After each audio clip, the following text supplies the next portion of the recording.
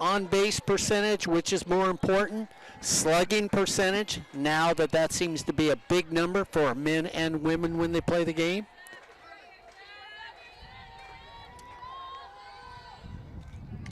Lujan, active at bat, fouling everything off that comes her direction. 1-2 the count. Just the beginning here at Nancy Kelly Field.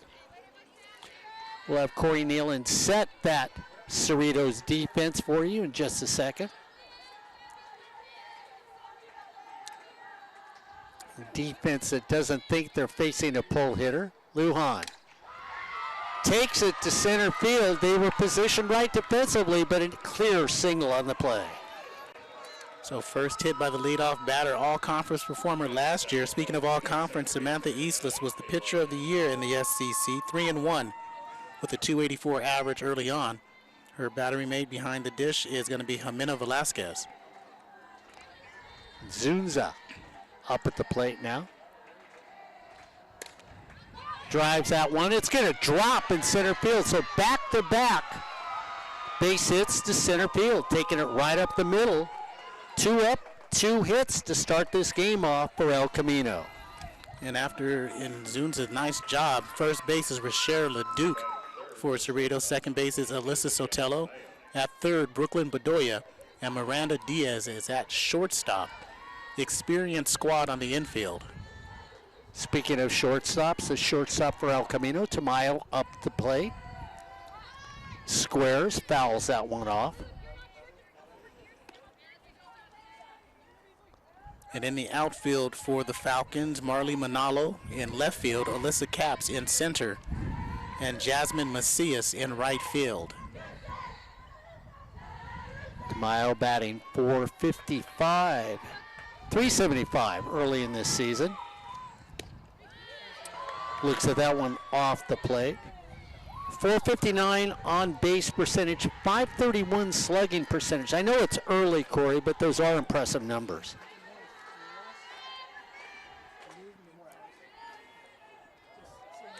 She squares, drops it down neatly.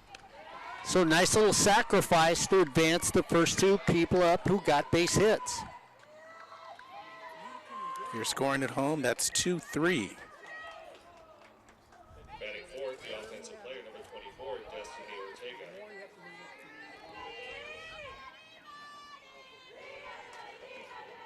Ortega. Okay, now John Van Gaston said it. It's Astorga.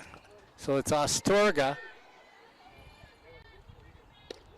who takes that one down her way. So, hey, Corey Neyland didn't have to look at me. I mean, John. You want to go over and tell John he got that wrong? I'm not running anywhere. That's it. To Astorga up at the plate. Leans back on that back foot, looking to drive the ball back up the middle. And that's what they have done well so far to start this game off. 2 base. Destiny batting .615, Corey. Quality. They're a 9-4 team, 1-1 in conference. Last game, she was the losing pitcher against Pasadena. Only went 1 inning. They used a variety of pitchers. She lost that matchup, but she went 1 for 2 and walked. Off speed for a strike. Reason they lost that game to Pasadena was 4 errors. It had nothing to do with anybody in the circle, nor that they couldn't get offense. 4 big errors that cost runs, and that's why Pasadena won that game. Taken back up over to second. Quick throw, a runner will score on the play of Sotelo. Makes the play over at first base. 2 down, but 1 in, and an RBI right there for the hitter. That brings up Martin playing third base today for the Warriors. So they're up 1-0 to start this game. Deep drive to left field. This ball carries. Goodbye.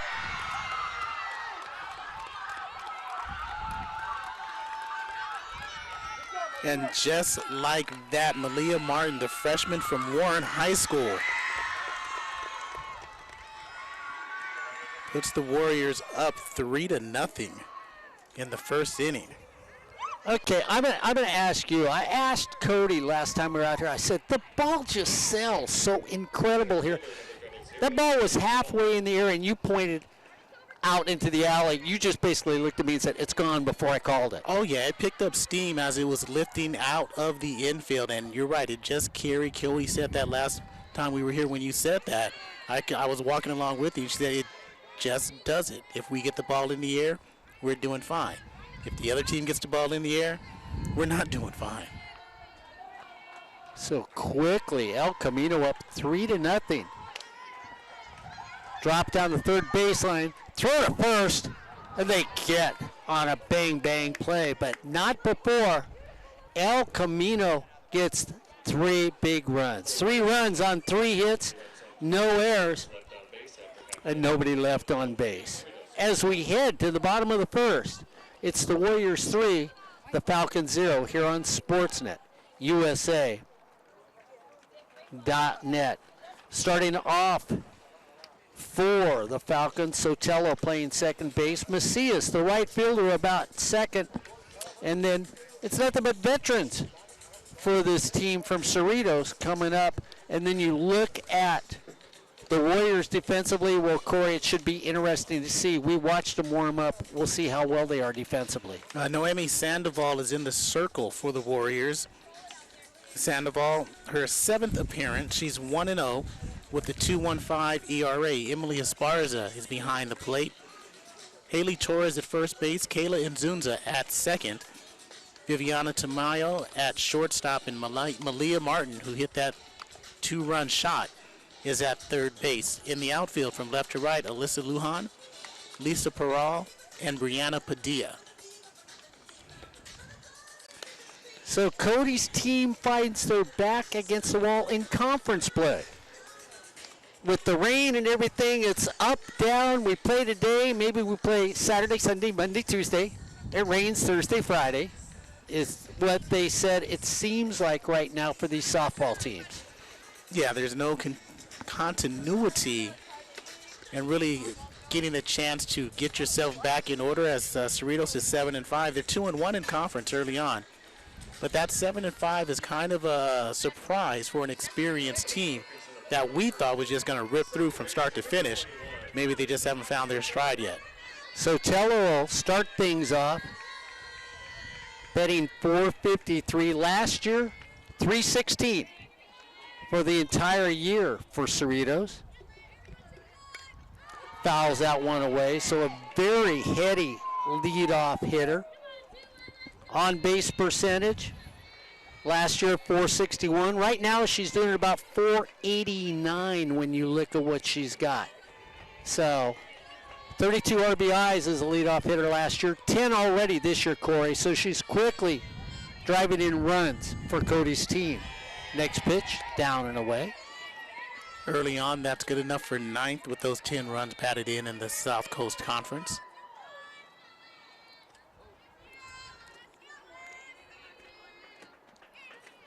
One count. Double clutch, popped up in the infield. Over at second base, Kayla Nzunza takes that one in. Right fielder number 27, Jasmine. Head coach Cody Murray. Longtime legend, 2008 state champions. Last year was her 6th time, or her team's 6th time in 7 years, leading the state in walks. Macias gets up, hacking at the first pitch. Right around the shoulders, she went after that one. They've always been an aggressive team at the plate. Consistently one of the tops, as you say, because they walk so much. They always wait for their pitch that they want. That one off the plate. 1-1's the count. And that's what makes them so dangerous, because they're not afraid to run a count 3-2 every single time, just so they can get the pitch right down the heart of the plate. 1-1 count.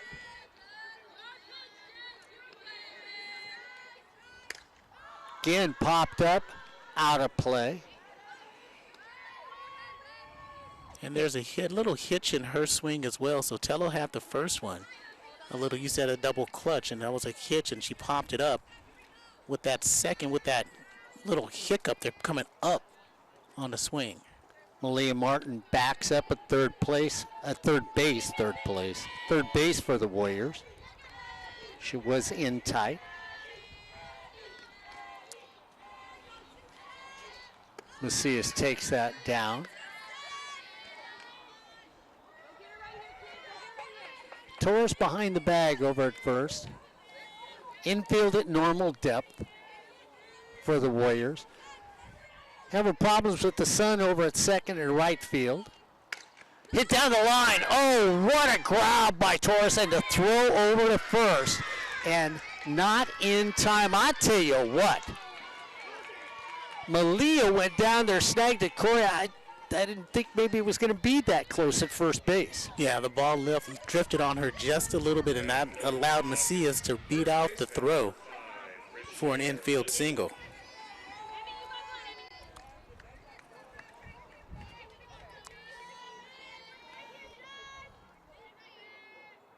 So, Richard Leduc comes to the plate.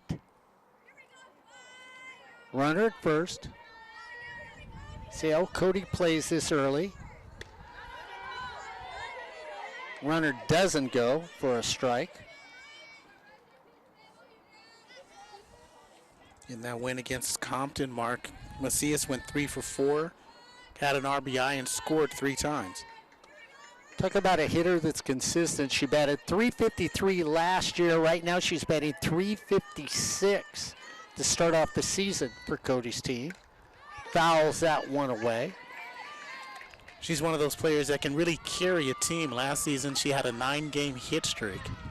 And again, during that 9-game hit streak is one of those times that when you mentioned last year that they found their stride and they're playing their best ball of the season. Yeah, she ended up with the season last year with 42 ribbies. One of the top hitters for Cody's team. 0-2 count. Down, back over to third. Backs up, once again pulls the runner. Throw over to third. She's safe. A late tag at third base. So Messia is in there as she continued to run when they got the runner at first base. So 2 down, a runner over at third. And Malia Martin has been tested early in this game defensively. Yeah, she hasn't been able to step into her throws. Both throws have been high to first base. Outstanding play by Torres to leap and tag at the same time. So Guillen out of La Puente High School. Ex-Warrior playing the Warriors today.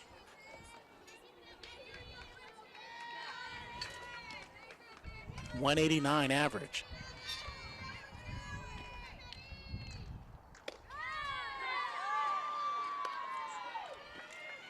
Maddie last year batted .337.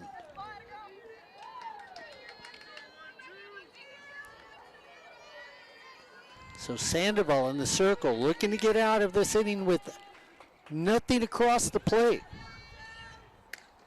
When it gets fouled at Corey, we've seen it now already. Those high pitches that the Falcons are going for, nobody's been able to handle them. They're fouling them off. Yeah, she's not a strikeout pitcher. She doesn't throw that heat, but she places it well at that letters and above. You just can't extend your arms. 8 strikeouts, 4 walks for Sandoval this season thus far.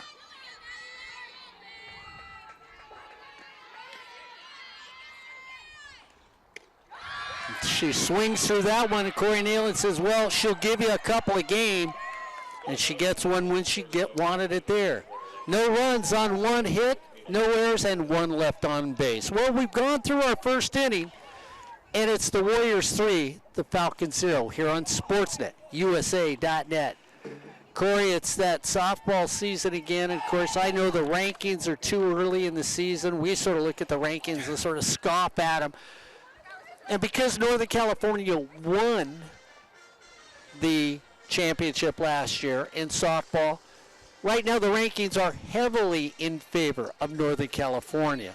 When you look at them, of course, Ed Ford always brings up that fact when we talk to Northern California, we look at what Northern California is doing.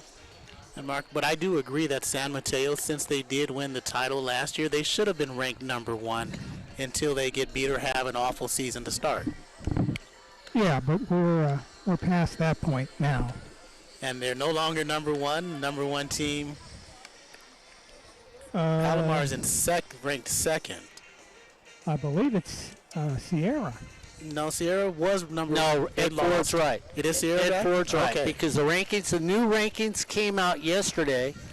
So it always shows you never disagree with the man who knows softball. Palomar, Sierra, Monterey Peninsula, Cypress, Mount Sac, San Mateo sitting in 6th, Sacramento City at 7th, Bakersfield at 8th, Butte 9th, and then I watched Fullerton College yesterday, number 10 in the rankings. Hit over to short, throw to first in time. Bang, bang play. Good scoop by Diaz over to LeDuc. Diaz, outstanding strong arm at short. One of the strongest they've had in recent memory. Might be the strongest since 2008. So Esparza, the catcher. So Emily comes up. And Mark, you mentioned the NorCal rankings. It'll be interesting to see what Monterey Peninsula does throughout the season, because for years they've been a team that has hot starts but fades at the end. Emily batting .308 this season so far. That one down and away. Excellent drop ball by Islas.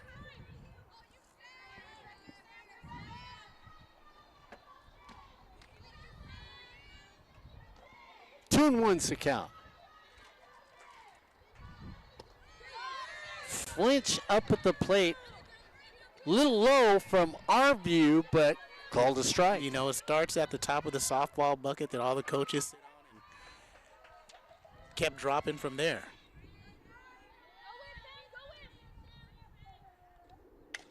Hit down the line, foul.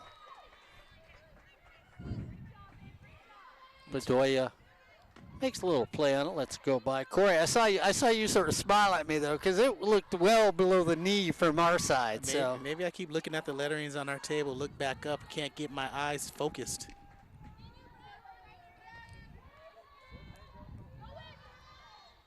Off speed. Once again, fumbled it short. No play. E6 on the play. So the first error of the game. And of course, Miranda Diaz, an easy little play, Corey. Maybe it was too easy to make the play. Well, what happened is she waited on it, but then rushed the catch with the glove position and the throw. I mean, she was waiting, kind of fumbled with her glove, dropped the ball, and couldn't throw. She was ready to throw before she had it. So runner at first on an error. That brings up Torres, playing first base for the Warriors. Drives it to center field. Easy little piss for Alicia Capps. Spunky little center fielder. Makes the play.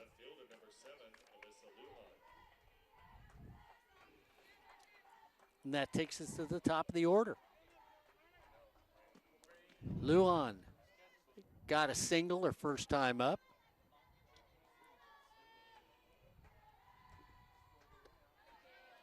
First pitch down and away. Out of Whittier High School in National Fast Pitch Coaches Association All-American, All-SEC second team.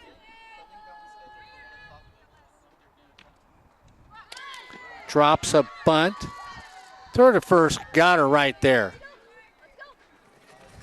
So no runs, no hits, 1 error and 1 left on base. As we head to the bottom of the second, well, it's been the Warriors early in this game. It's the Warriors 3, the Falcons 0 here on Sportsnet, USA.net. Ed Ford, Corey Neyland, my 2 softball gurus on the left and right of me here on Sportsnet, USA.net.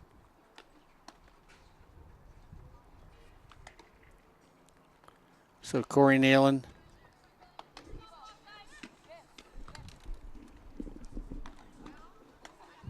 writing down notes to me and say, Mark, don't forget John Felix, a new name here on Sportsnet, USA.net. You're going to hear a lot about him because when things aren't working or you don't get a shot, we're going to say, John, what are you doing?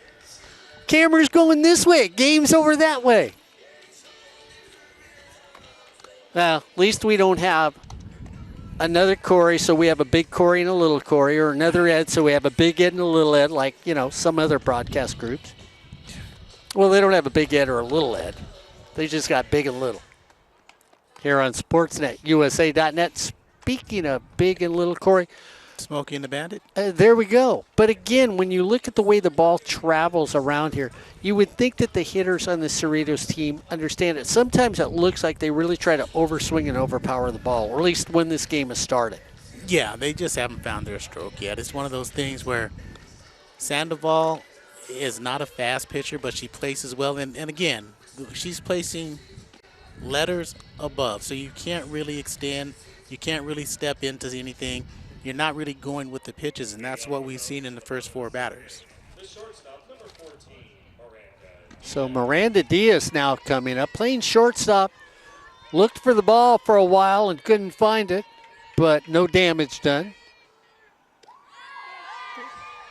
Diaz takes an off-speed pitch for a strike right down the middle.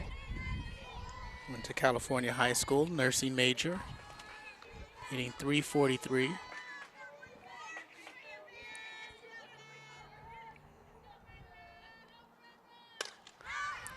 Floater to center field.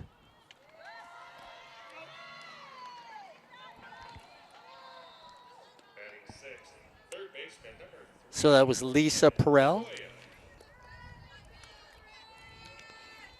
So Perel with the one-handed catch. It's not one the old guy next to me wants to see. He wants to see both hands. That's right, just like Ron hit fairly. 2 hands, 2 hands, 2 hands. Bedoya comes up to the plate. And every time we're out here, I'm always impressed with the way Brooklyn plays. First team South Coast Conference last year, 16 multi-hit games. Takes that a little down low. Last year she batted .390. Right now she's hitting .278. Slugging percentage last year of .632 for the season. Corey, 31 RBIs this season, .417. She's got 11 RBIs to start this season off. That's tied for 5th in conference. And again, she was born to play softball. You know how you just walk around places and you say, okay, she plays softball. Not, I wonder if she plays softball. You should see her tapes that are out there, instructional. A little wider stance when she goes to the plate.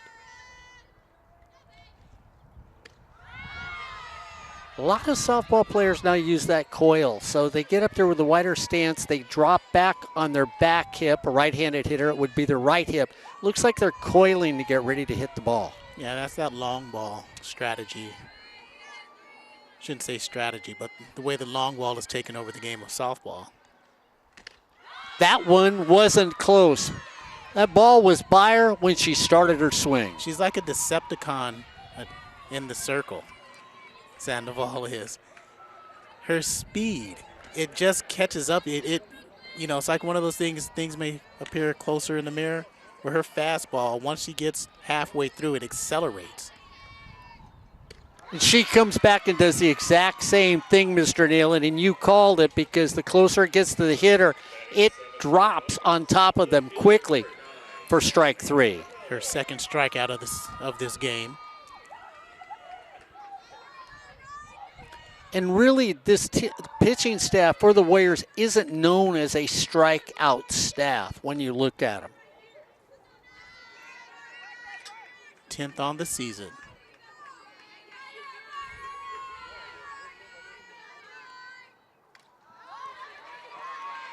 Swing and a miss.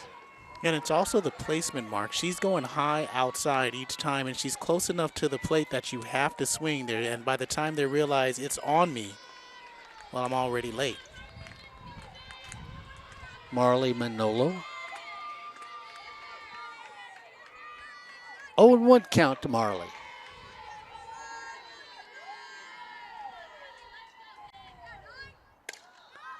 Pops it up. Goes foul. Probably woke up Gabby Neyland, who's over there. Hit the roof. She went, Corey, I'm ready to go home now. Manalo was 1 for 2 in an RBI against Compton. That was a game that they won 10-0 in 5 innings, 10 runs, 14 hits, 1 error.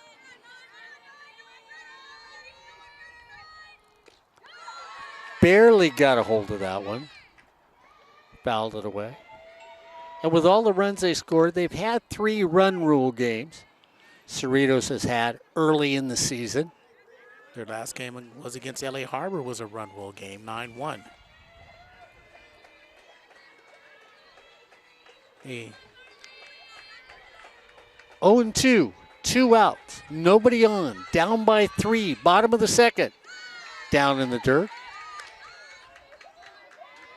And they capitalized on those errors, 5 errors for Compton, 4 errors for LA Harbor.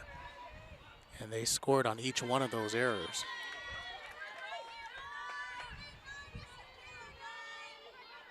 Next pitch, off speed, foul. And the one thing you'll have to say about Malia Martin, I like the way she plays at third. She stays down low when she gloves the ball. Like you said, the only couple times with her throws have been off a little. But defensively with the glove, she looks very strong for this El Camino team at third base. Fouled away.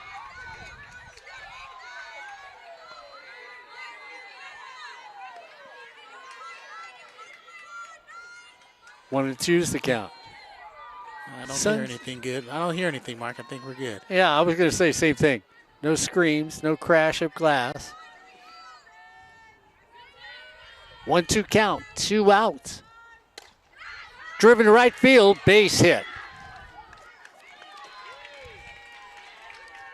So another runner gets on base, the second hit for Cerritos. Batting eighth for the Falcons, the catcher, number 36, Jimena Velasquez. So Velasquez comes up, batting .296, slugging percentage of .370.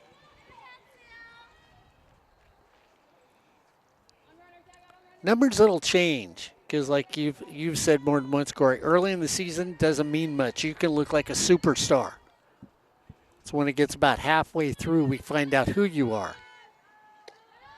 Pitch down and away for a ball. Where's number 36, her favorite player, Mary Iacopo.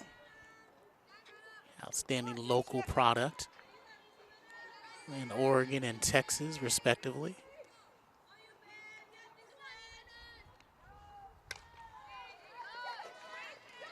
Fouled off. It looked like a knuckleball. I know it wasn't a knuckleball that Sandoval threw, but it looked like a knuckleball in the way it came off the end of the bat with a different spin that you're used to. Probably a screwball that was thrown by Sandoval. 1-1. Off speed, right down the middle. Mind thinking fastball. And then all of a sudden it's the slow pitch and you just can't react to it.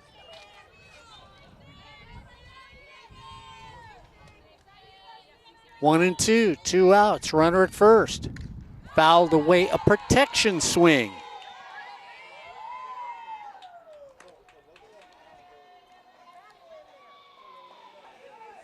So Sandoval, who bounced back from Dominica University in Illinois,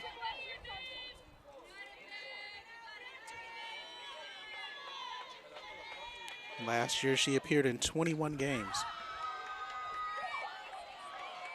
Or excuse me, played in 21 games, appeared in 16 in the circle. 1-2, 2 outs.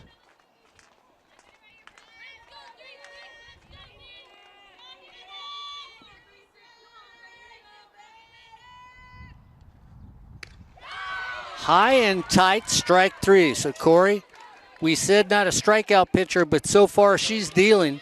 That's her 3rd strikeout of the game.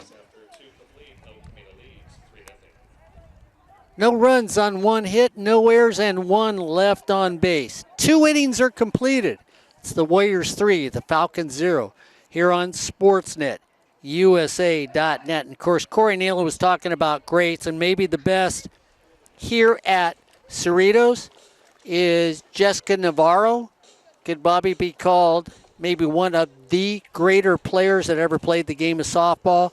Realize that she had 61 wins in the circle for her career, 139 hits. She pitched 484 innings. She drove in 125 runs. She had 24 home runs and 32 doubles. And that was in 2000 to 2008 when she played here. When you look at her, she's in the top list in almost everything. When you look at her, one of the all-time greats that played here at Cerritos College. Yes.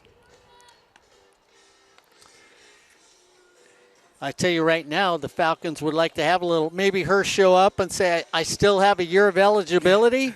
I'm going to use my COVID I'm going to use my COVID year. I'm coming back to play. Yeah, we're in the South Coast Conference. Yeah, Fullerton and Cypress are the 2 teams. I mean, if I was picking teams, if we were going to go right into the regionals right now, I would pick only 2 teams from the OEC. Yeah, me Fullerton and Cypress. Forget about the rest of them. They're all playing mediocre. They're beating each other up. Golden West beats,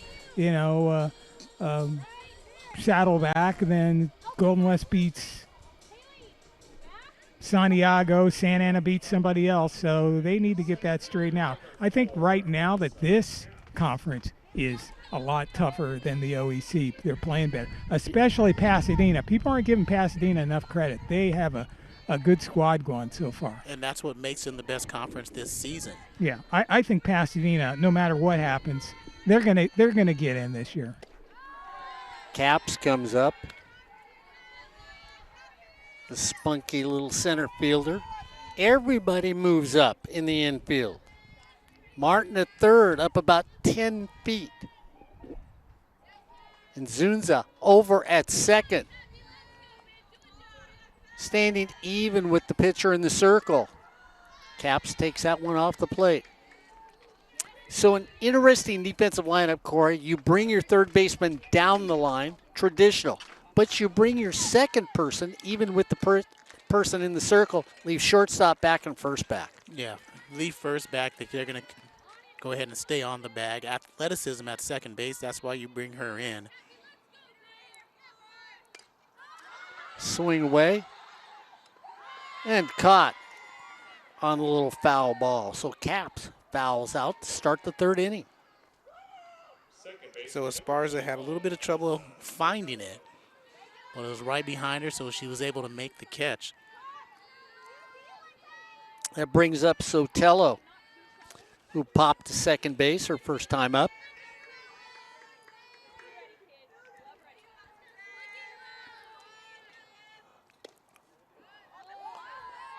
And last inning, both pitchers were getting that low strike called. This inning, neither one thus far. So infield goes back to their normal positions. Deep at short and 2nd.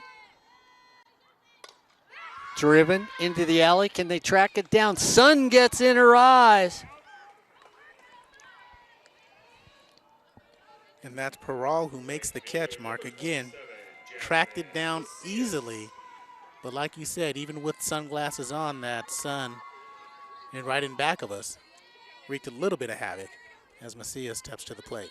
Yeah, and at first when Peral broke on the ball, Corey, I thought she lost it when it got up into the sun. So it brings up Macias, who had a base hit her first time up.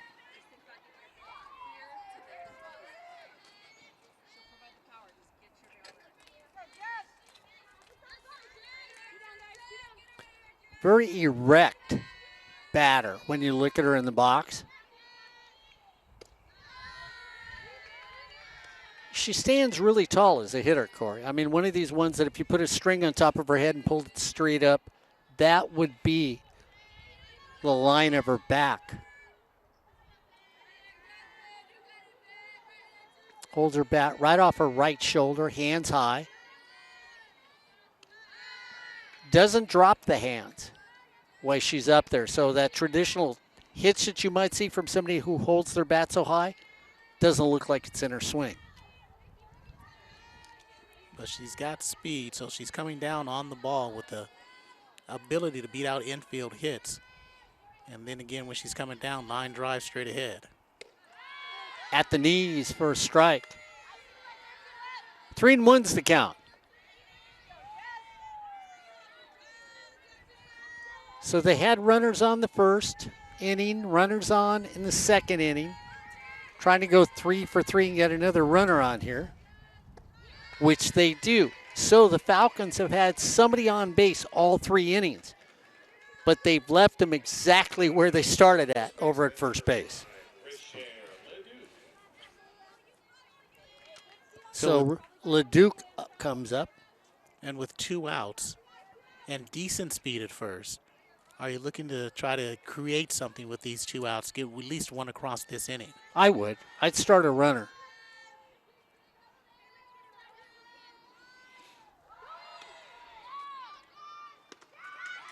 And easily into second base, Macias slides.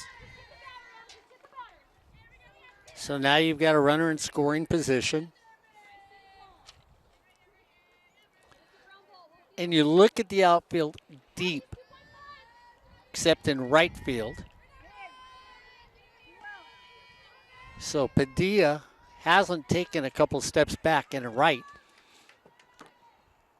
As a matter of fact, she takes a couple steps up on the pitch. Everybody else is a couple steps back when you look at the defensive setup for the Warriors here in the bottom of the third in the outfield. Peral's one of the better center fielders. First team all-conference last season, so she's one of those who can track down pretty much anything. Rashar says, how about if you track it down at the fence? Goodbye. Except that. So two-run home run by Miss Leduc. She cuts that Warrior lead to 1 at 3-2. And for Rasher, that's her first home run of the season, her 5th RBI. And like we had said last year, she had 42 ribbies. Coming into this game, she only had 4. So she brought that up quickly. And right now, if you're a Falcon fan, you've crawled right back into this softball game. So bottom of the 3rd inning, it's a brand new ball game. And Guillen looking to try to go back-to-back. That one across the waist on the hands, called a strike. Good comeback pitch by Sandoval. And Corey, again, the long balls, there's a trailer out behind left field. If you hit it towards the trailer, it's gone. There's no doubt about it. A number over to third. Quick pickup, throw to first, not in time. And Martin, unfortunately, it was a big swing, nubbed off the end of the bat, so her initial move wasn't to be charging home. By the time she realized it was going to be that little spinner, she was too late into the play. Good defensive play, just a little more luck on the Cerritos side. And good speed down first baseline by Guillen. And again, hustle, hustle, hustle here with 2 outs, down by 1 run. And it's El Camino who calls that meeting in the circle in the outfield. And you guys were speaking of standings earlier. Pasadena is 4-0 in conference. Mount Sac 2-0. Long Beach 3-1. Cerritos is 2-1, and El Camino is 1-1. Those are the top 5 teams. And all 5 teams should make the playoffs. The shortstop, number 14, Miranda Diaz. So Diaz comes up.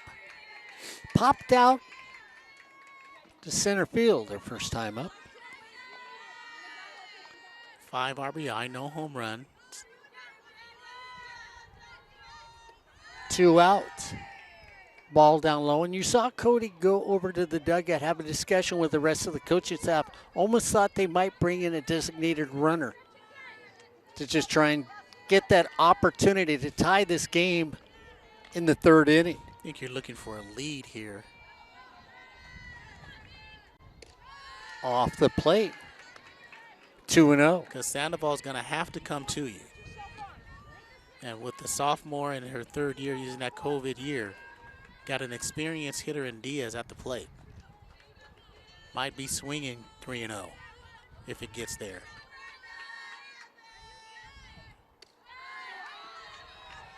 2-1.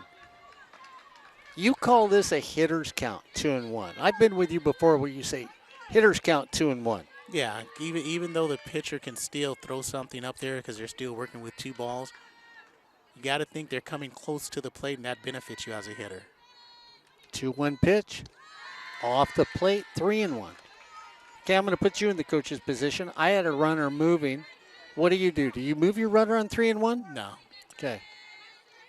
Because it's got to be something good, and you're going to get a good pitch. You don't want to throw off your batter with moving the runner. 3-1.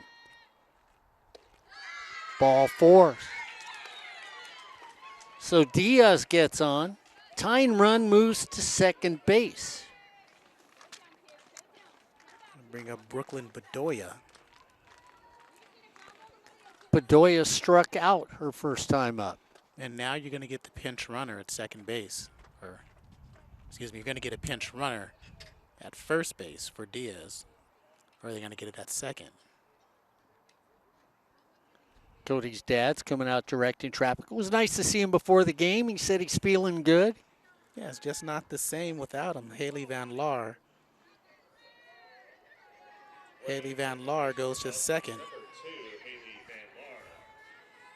Wants to be a sports agent. Yeah, I'll take that guaranteed $200 million contract and take my 5%, which is what a sports agent would get. Then if you handle the business side, you get to take 7% of everything they do. That's the percentage of a sports agent. I'll take 7% of $200 million.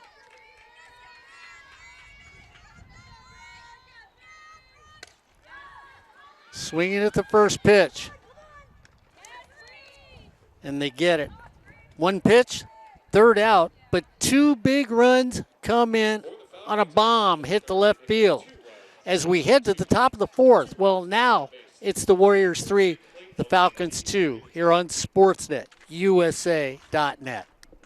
Well, let's go to the scoreboard around the CCCAA for softball, at least. Well, been talking about Pasadena and how good they are. They lost today, 8-3 to San Bernardino Valley. I guess San Bernardino Valley softball is going to decide they want to play like the basketball team. So they got hyped up for that game and an 8-3 win earlier today. Other scores that we have, you know, we do have problems getting the scores from like Monterey. They sent the bunny rabbit that time, but he got about, I think, in Big Sur, because people can't get through for food. Ventura beats Cuesta by a score of 9-6 today. 9 runs, 8 hits, and 1 error for Ventura. There's another team that should be in the mix for the regionals. Sequoia's over Reedley by a score of 6-4. And Reedley has been pretty down ever since 2019. They've been struggling. They used to be always up there. Top of the 7th inning, Allen Hancock over Santa Barbara. Santa Barbara having a pretty good season. That score is 3-2. Bottom of the 4th inning, this is just about a run rule with Citrus at 13, LA Valley 0. Bottom of the 5th, Canyons 2-1 over Mission. No score in the bottom of the 6th inning with Bakersfield and Antelope Valley. That game at Bakersfield. So Malia Martin playing third base will start things off for the Warriors here in the top of the 4th. That's right. 1-run ball game. 3 runs, 3 hits. Big home run for the Falcons. Got them their runs. 2 runs, 4 hits as Martin drives at the left field. Continues her first at-bat with that 3-run home run. Now follows up with a single. And Martin playing like, and I know this is the first time we've seen El Camino play this year and the first time we've seen Martin, but she might be their best player, best third base player that we've seen since they had Diamond at third place a few years back. Solid with a glove. Next one's popped up. Foul. Yeah, Corey, I was thinking about Diamond Williams, right? I'm going to look it up right now because I'm pretty sure it's Diamond Williams. Oh, I thought maybe you two were thinking that Ed was telling us he was getting married when he just said a diamond. So I thought, you know. Well. Diamond Lewis. Diamond Lewis, that's right, Diamond Lewis. Yeah. She went on to play at Marymount University, which has since closed. I think 2 years ago that university closed. So a lot of players had, some of the Falcons had gone there.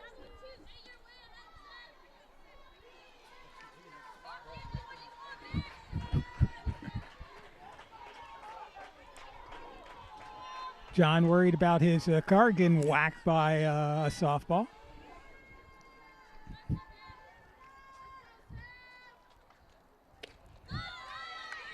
John, you didn't see any of us bothered. I mean, Corey parked his Tesla right next to the field.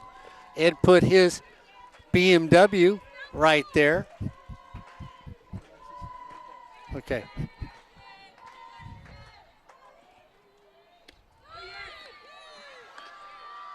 And a great take. Yeah, because the way the umpire yelled, I thought it was a strike, but he just went outside. Yeah, it looked like he coming up with that right hand and calling it a strike. But again, 3-2. Good at bat by Peral with Martin at first. Down in the dirt.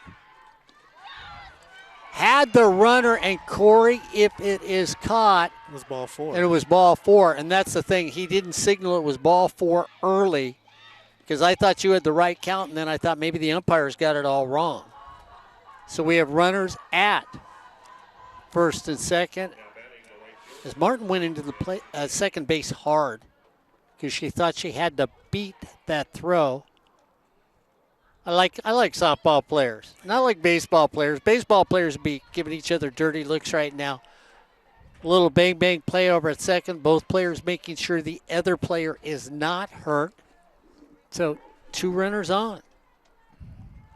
As Padilla grounded out to third her first time at bat. And it looks like Padilla walks back to the dugout. And we're going to get a pinch hitter, Sabrina De La Torre, out of West Torrance High School.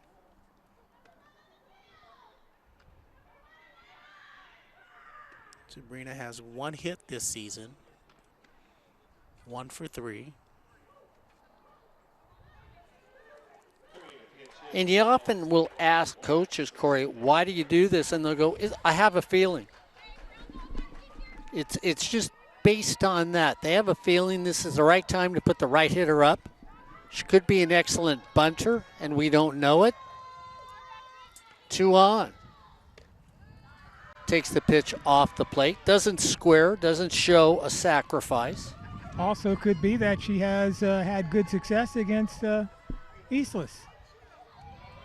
Prior games. That one down in the dirt. 2-0's the count. Action in the bullpen for Cerritos College.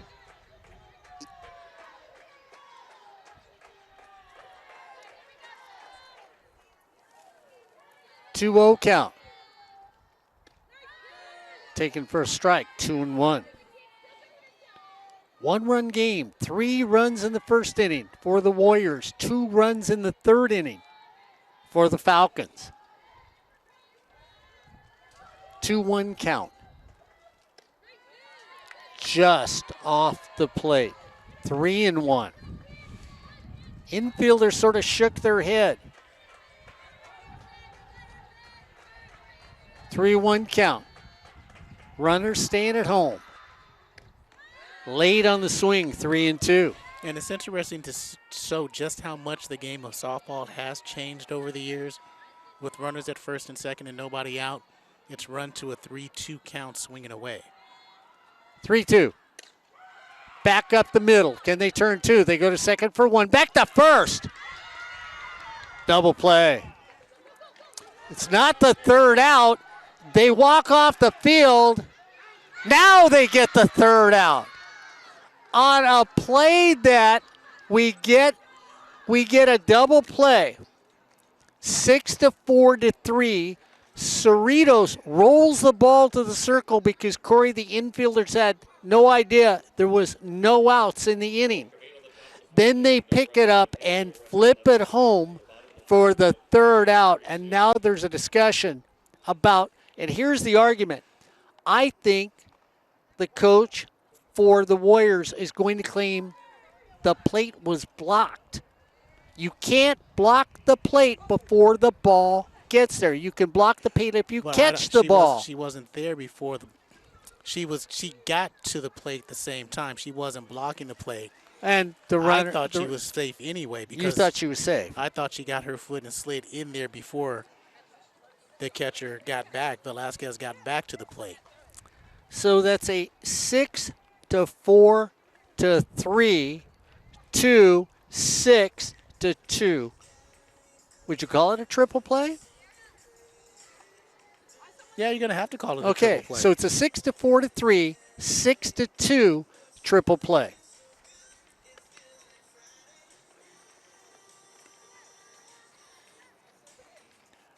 So at the end of 3.5, it is still 3-2 El Camino. Well, you don't see that every day, do you? No, exactly. And when they started walking off the field, the only one that realized there was only 2 outs was the coach here for El Camino that said to the runner, you should be going home. Corey, if she breaks home quicker, she's in there. Another big South Coast Conference matchup that should be starting soon. Long Beach City College with Megan, Mark's good friend. So what sort of team she's got this year. The Vikings will be playing Mount Sac. So. And Mount Sac's always loaded. I mean, you go back to the Kelly Ford days to now, it seems like they have good teams no matter who is coaching. I'm not putting the coaches down, but they do, don't they? Well, this year they have all new pitching. So they lost Grace Pison.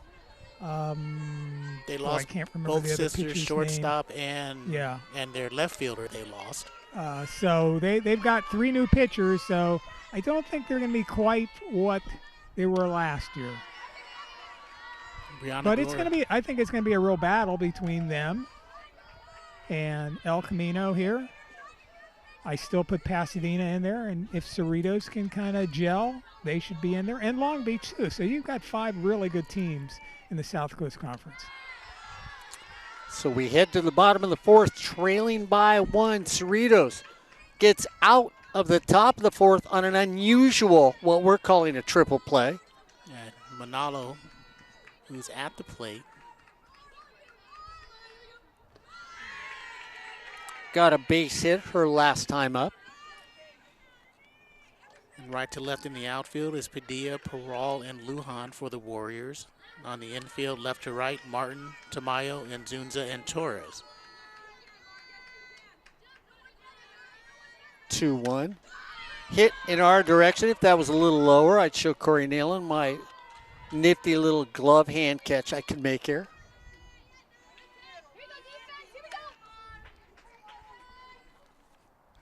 Behind the plate for the Warriors is Emily Esparza. I'm going to let that one go as Noemi Sandoval still in the circle. Well, now I know what to do if another one's hit that this way. Let it go. 2-2 count.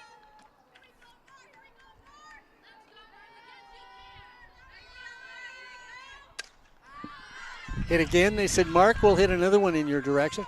Corey, when you look at what's going on, too, both pitchers have pitched well in the circle. Not dynamic, but they pitch well. It's basically 2 long balls is the difference in this game. Yeah, and you don't need to be dynamic right now in the circle.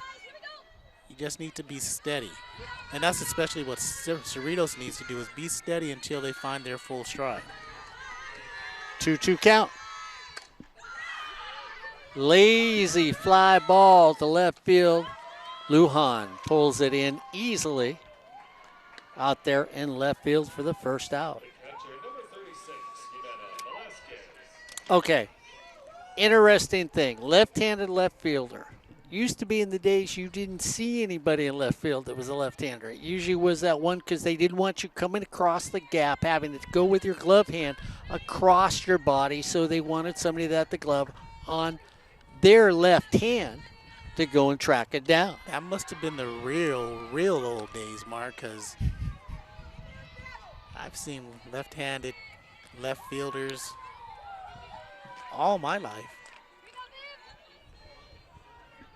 Yeah, well, when you watch teams that aren't that good, I understand that. Hit. Martin taps the glove. Strike over to first base. So the third base person, Malia Martin, demonstrates why she's as good as both Corey Neyland and myself think she is over at third base. Well, Corey, I think it's because Mark has seen more games at the Baker Bowl than you did. So that's why he's, that was a rule back then. None of that. Man, I just Not got until we put up Connie Mack. ball is fouled off on a bunted try. I just became 20 years older. I think probably what has changed is just that, but what Mark you're saying is true. It's just, hey, put the person out there that can do the job. What difference does that make? I agree, Ed. I agree.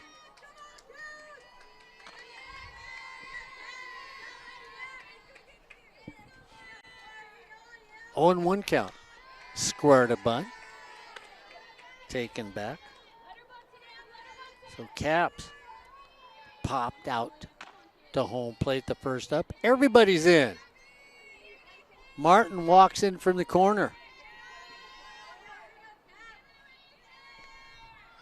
Cap says, I don't care. Here comes the bat. And it's thrown off first base as your second base person comes on down, has the runner at first. A little pull throw for an error on the play. You're going to call that an error on the throw or an error on the catch? Because I thought it was still a decent catch. Oh, you're going to call? Are you going to call the error on the catch? I was going to call it error E3. Okay, well, I can live with that.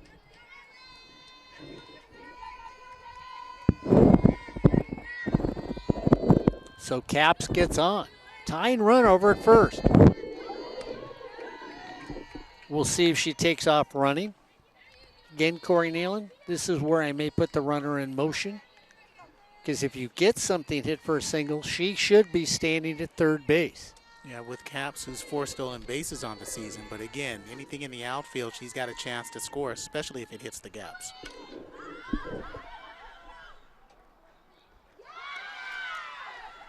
And an outstanding catch by Esparza up against the fence. And you could see it, I couldn't. And makes that catch up high, preventing it from catching the netting. So no runs, no hits, 1 error, and 1 left on base. As we head to top of 5, well, it's a nail biter here at Nancy Kelly Field. It's the Warriors 3, the Falcons 2, here on Sportsnet, USA.net. Bring up Esparza, Torres, and Lujan for the Warriors in their top half of the 5th inning. And it is Women's Month here on the CCCAA. Right now they're honoring Pat Winslow, who was a great track star. She was an Olympian and then became the track coach over at UCLA, and for many years had an outstanding track and field program.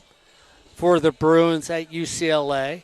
And also Mickey Davis, who coached softball ed. Mickey coached at Golden West College and was the head coach when Golden West College won 2 state titles in the game of softball.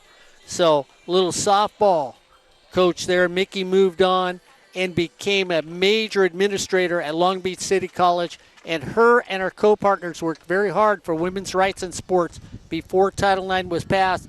And her last statement was, we haven't even begun for what women should get in the world of sports and education because of Title IX. Don't talk about Golden West College winning the state title, but she coached Golden West College to 2 state championships in the game of softball. I always thought they had 3. They might, but I know they said with her, she was the coach for 2 of them. I'll bet you it was Judy Garman may have won the first one. You know, that's right. She did coach there, didn't she? She did. She coached there when they allowed community colleges, and there was only Golden West, I think, to play in the at that time it wasn't the NC2A. It was the AIWA. It was the AI whatever, and Golden West was in that 2 years, I believe. Wow. In the 70s. Names from the past, greats in the game of softball. Ball hit foul. Oh. John said, I got you, and I'm closer to the ball than he is. I was going to say, John, that's He's got after a good you. reach, though. He could have just, backhanded it. Well, you know what I think? It to Corey. I think he wanted to know that he was going to catch you when you got hit that's with it and you probably started going closer down. To it. Yeah. Yeah, he probably is going to catch me as I was falling down on the ground. There you go. No, but one thing about the Golden West thing, Kim Nutter, didn't she play for Golden West? I thought she did. And there's a ball that just works its way through Bedoya's hands, Corey. That's easily E5. And didn't Cody play at Golden West? Boy, that I don't know. Do you know that, Corey? If Cody played at Golden West? I know she played at Cal Poly, but before that, I would think it was. I'm going to have to check that. Next time she comes out here. Yeah, next time she comes she by, walks by us, we yes. got to find out because Ed thinks she plays at Golden West. When Judy was coaching, right? Is that what you're saying? I thought that Cody had played for Golden West on one of the championship teams. That would have been in 79. They won in 80. So, no. I mean, we know she's coached at every level. Yeah, and has played basically at every level. Right, professional. I mean, Cody did win a CIF championship, too. Woodbridge, I think it was.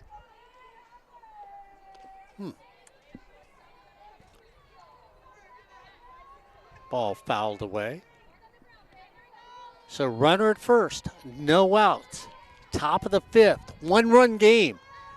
Exciting community college softball here on Sportsnet, USA.net. Driven deep into the alley. Caps goes back, bounces at the base. Caps gets it back quickly. They hold the runner on a stand-up double.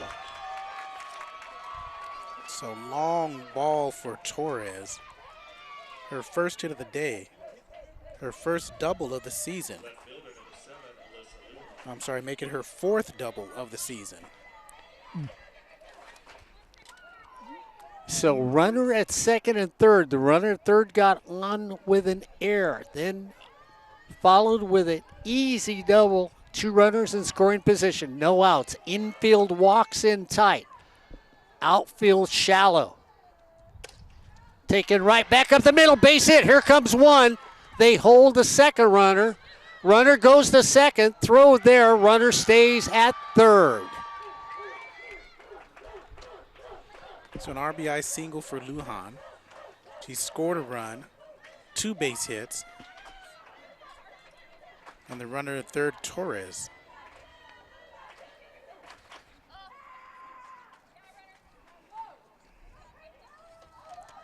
So we're going to have a conversation in the circle as the Warrior puts a protection run up here in the top of the fifth on Sportsnet, USA.net.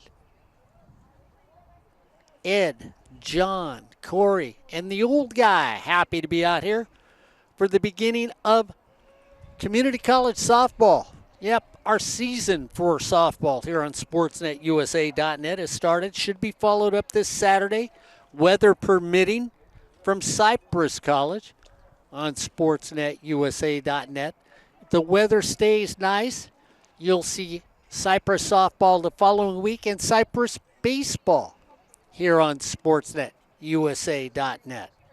Don't forget CCCAA basketball championships going on right now. The team that's been on Sportsnet USA.net moves on, Corey Neyland, on a game that was very exciting for the fans today. Yeah, UCLA was up by as many as 14 the whole game. They were up.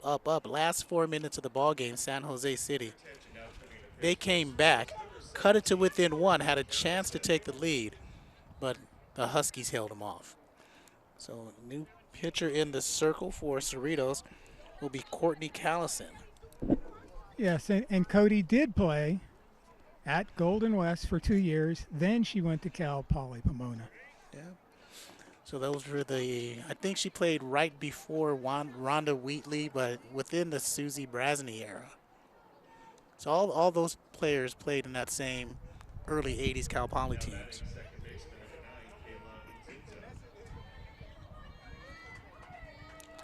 So the infield sneaks in tight. Runners, second and third, a run in, nobody out. 4-2, El Camino. This is Callison's 9th appearance. She's 1-2 on the season. Off the plate, ball one. 191 earned run average. 4 runs, 6 hits, 1 error for the Warriors.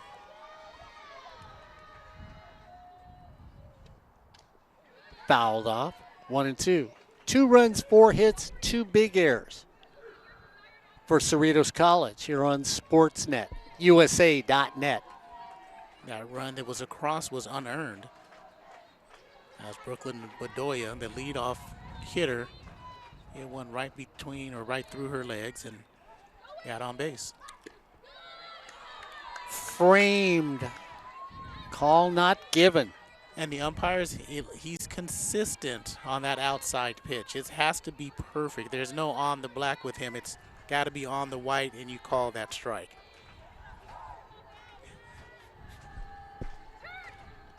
Down in the dirt. And as we know, in the strike zone, the only thing that is part of the strike zone is the white aspect of the plate. The black, when they've called it for years, is not part of the strike zone of a plate. Therefore, that's not a strike. Yes, it is. Flown to right field. They tag the runner. Here comes the throw. Runner is not going to be there. Picks up. Can't get the runner at third. Excellent running by El Camino. Tag the runner, send her home. Short throw from right field. Cut it off. The runner immediately tags up at second. And Corey, 1 out, run in, and another run at third base. And that's only the first out, and Zunza did a great job of going down and getting the ball on the lower part of the plate on the outside corner and lifting it to right field to allow her player Torres at third base to score pretty easily. Giving Zunza an RBI on that one. Her 5th of the season. Hitting the infield. Easy little put out taken right there by Sotelo.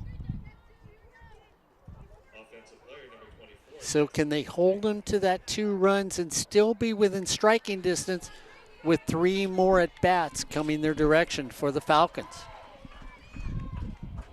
Astorga, an RBI in the first on a ground out in a 1-6-3 double play.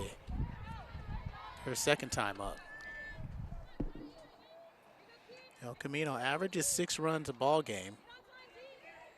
.335 as a team is their average.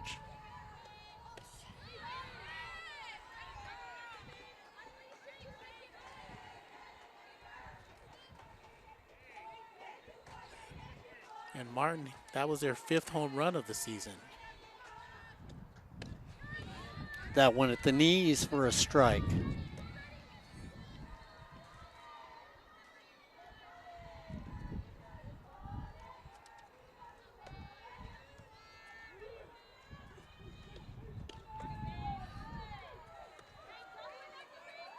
John Felix, our new partner here on sports@usa.net, says, so I get to grab the cameras if there's lightning? Yeah, that's one of the things you realize, John. You're the lightning guy if there's strikes here.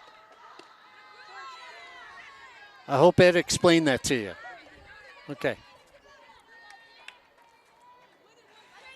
Manalo and Caps and Macias in the outfield.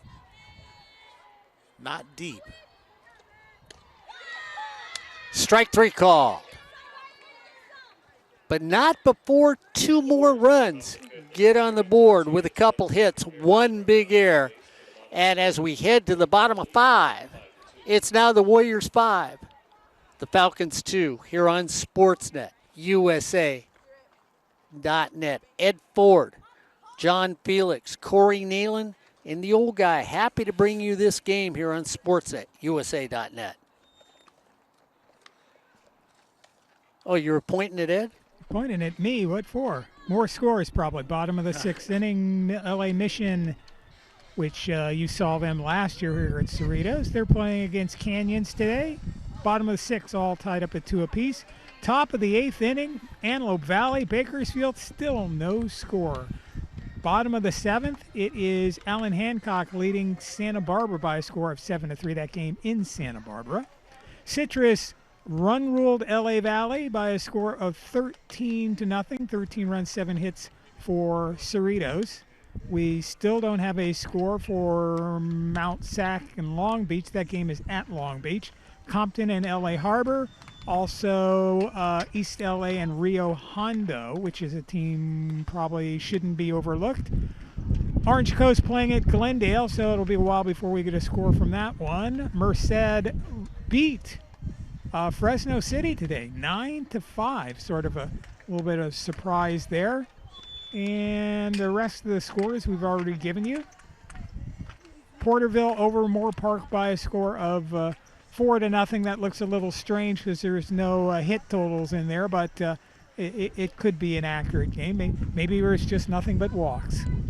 Well, Ed, we'll find out how, because of the weather, how attrition handles the softball world this year, because there's some of these teams that are going to have to play up and do games and make them up. You're going to have softball teams that might be playing 4 to 5 days in a row.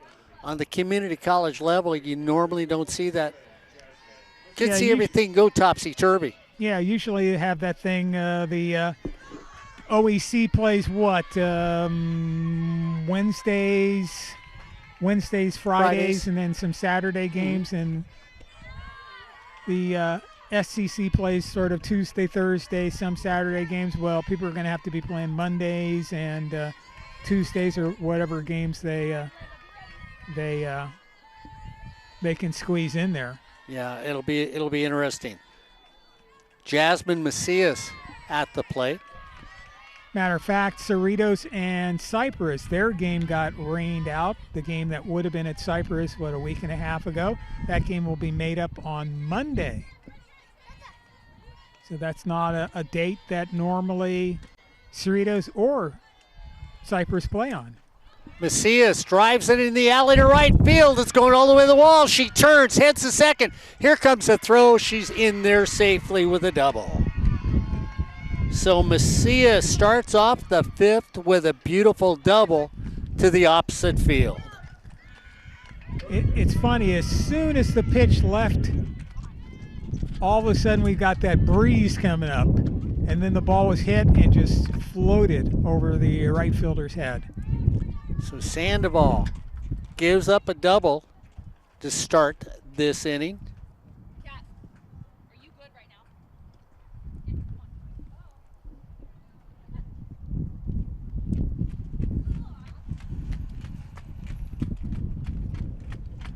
So they have a conversation in the circle. And if you're El Camino, it looks like they're bringing in somebody new quickly, Corey, which they are. Here comes the hook. And a new pitcher comes out there. And that's going to be Kat Gutierrez out of Carson High School, freshman.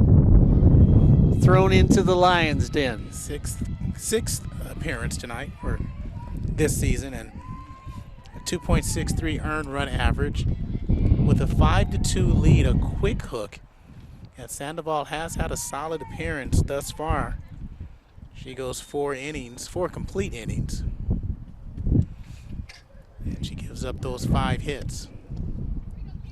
Well, this is where you don't want Cody and their team here in the 5th to inch a little closer. Not saying they'll tie the game, but if they can get 1 run or 2, once again, it would be a 5-4 game with 2 innings to play.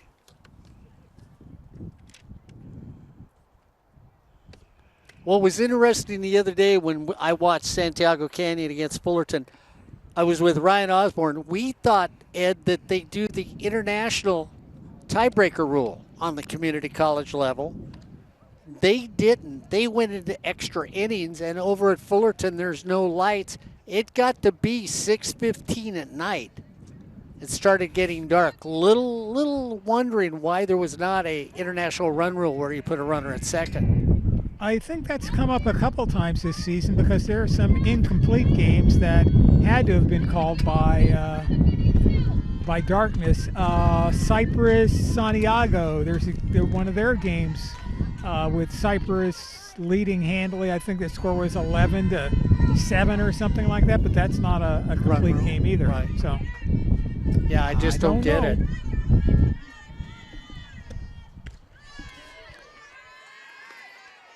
And Rocher, nickname is Roach, has a chance to. We've seen her hit bombs in this field. She's got 1 home run already today. Down and away, 2-0. New third base person for the Warriors. So over at third base now is Sarah Leba. She went to Mary Star of the Sea. And again, you remember the slide by Martin last inning. Forgot all about that. Pinch runner for her, and now she's out on the defensive side as well.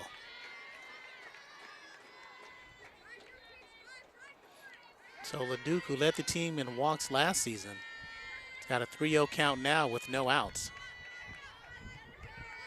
Freshman coming from the circle, 3-0 pitch. Right down the middle. She says, well, I know you're not going to swing, so here, hit it. 3-1 count, runner at second. Down by 3, bottom of 5. LeDuc is fluent in French. Down in the dirt. Runner goes, throw to third, easily in at third base. So the old adage, hey, if that ball bounces away from the catcher, you take off running. That's what Cerritos does. And with no third base coach, the runner goes on their own. Yeah, Cody was back, but again, Macias was there. She took off on her own because she saw that bounce. She had a good enough lead. And the relaxation by the Warriors, because it was a 3-1 count and it was because it was ball 4, they relaxed. Macias did not. no third base coach? Well, I mean, Murray was back. She was back here. Okay. She wasn't down here looking at the runner saying go. So the runner, I'm with Corey, the runner went on their own. So that's what I meant by that. You don't have to explain it. You could just say, "Ed, Yeah, I will. Pay attention. Shut up." I will next time I'm here, because we know Cody watches the game, so I know I'm going to get the old, thanks, Mark. I just want to protect you from her coming over to the rail and saying, "Hey." You know how Corey just quietly has people pot him down and takes a walk? I won't be back. Bring my camera home to me, will you? Infield in at third.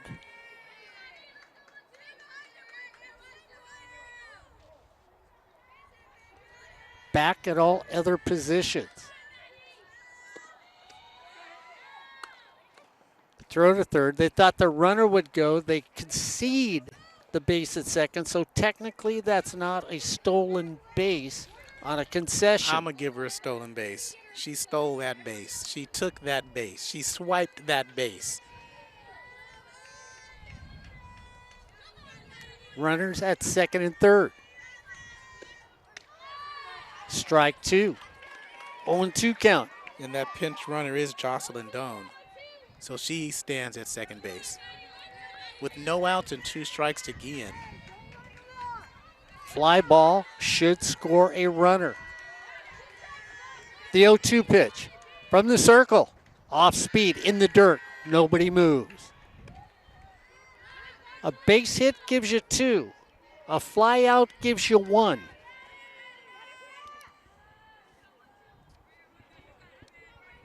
One and 2. Runners will be on the move if it's on the ground. It's on the ground. In the hole at first. Runner will score. Foot race. Nobody gets to first in time. Runners at the corner. Base hit for Guillen. And that's an RBI for Guillen as well. And again, Guillen, that's her second infield hit tonight. And it scores Macias from third. Doan advances to third base in a 2-run ball game now. And Corey, it looked like an easy play for Torres over at first base. She backhanded it, but then coming to get the ball, it was a late second step and realized she wasn't going to get the runner, so she watched and made sure the other runner didn't sneak home. Yeah, because that was a well-placed hit by Guillen. It wasn't quite right at Torres. It came to the right, so like you said, she had to backhand, and by the time she turns around, Guillen was motoring. Yeah, I'm with you, Mark. I thought that was going to be an out. But you hit the ball where it's hard for somebody to field it, and with a little speed. And we see Pacerto at first. So speed at the corners. 5-3 here in the 5th. Freshman looks in to get the count. In the circle. Change the pitcher. Runner goes. Throw to second base. So now they've got the runner in a pickle. Runner breaks home. She's dead. She's safe. Oh! Oh, they should have had her.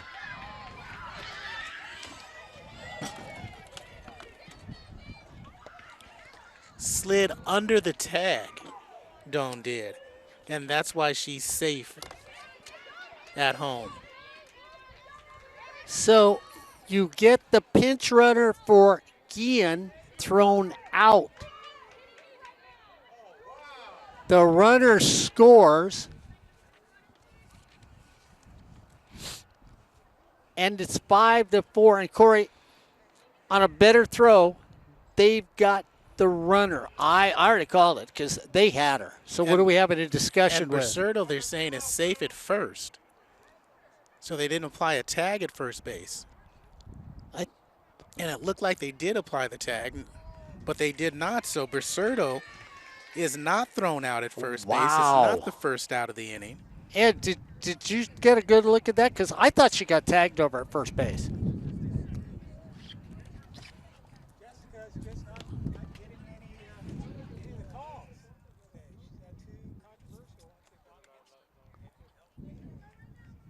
I just, yeah. And then Corey, the thing is, they should have had the runner at home. You're gonna say no? No, she slid under that tag. Okay. So still no outs.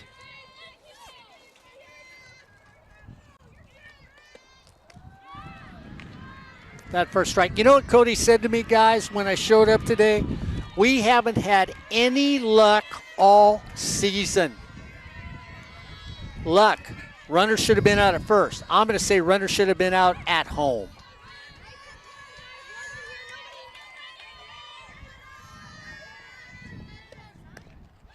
Fouled away on the play.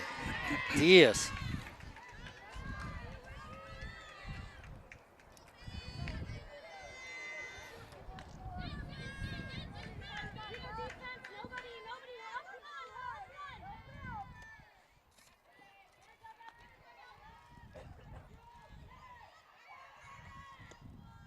Diaz drives it. Kicked over at third. Can't get the runner at second. 2 on.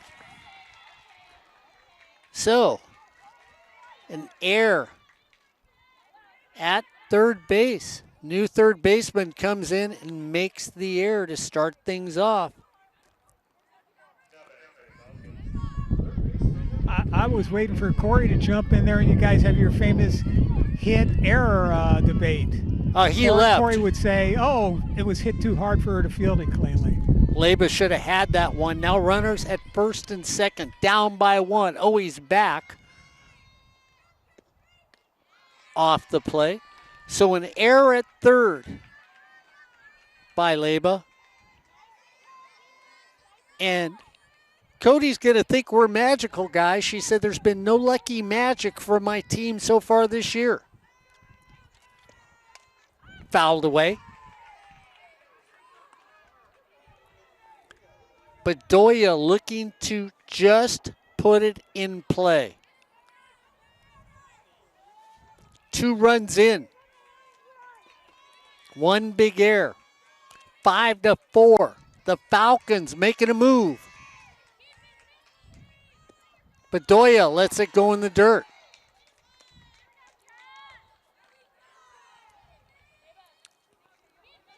And Corey, it all unraveled when they decided to quickly change pitchers in the circle.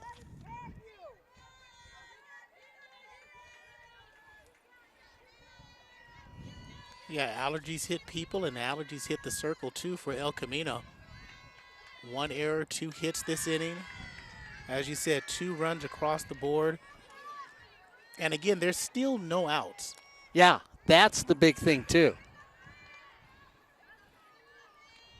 Cody not dropping a sacrifice.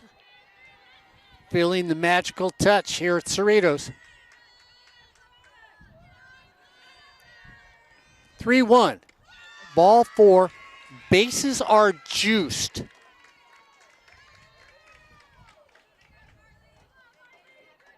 And of course, now you have coming up Marley. And Marley's been pretty good today when she's been at the plate. Single in her first at-bat, flew out to left field in her second at-bat. Again, with no outs, you've got to believe, and we're going to have a new pitcher. Looks like they might pinch it here. New pitcher is Destiny Astorga. It's going to be in the circle for El Camino.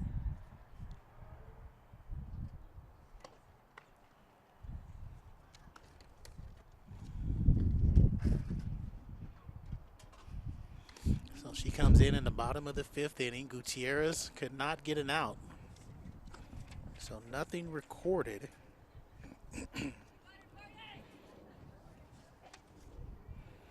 Gave up 1 earned run, 1 unearned run in that inning, or this inning. Let's duck in a couple quick scores for you. Men's basketball final. East Los Angeles, the Huskies. Of course, SportsNetUSA.net. The home of Huskies basketball. Just had to say that to some people up north. East Los Angeles wins by a score of 76-70. Fullerton smashing West Valley 63-37. That's not much of a game. They're on a 23-7 run. And we have 2 other games that'll be tonight. San Bernardino Valley against San Francisco and Sequoias against Citrus. So, hey, maybe we'll have that all SoCal final. We shall see. Martin comes back in at third base for the Warriors. So a couple errors. Everybody will creep in at the corners. In at third, in at first, halfway at second and short. Shallow in right, Corey Neyland. Straight away in center. straight away and left. Drive all the way to the wall. It's gone. A grand slam home run for Cerritos College.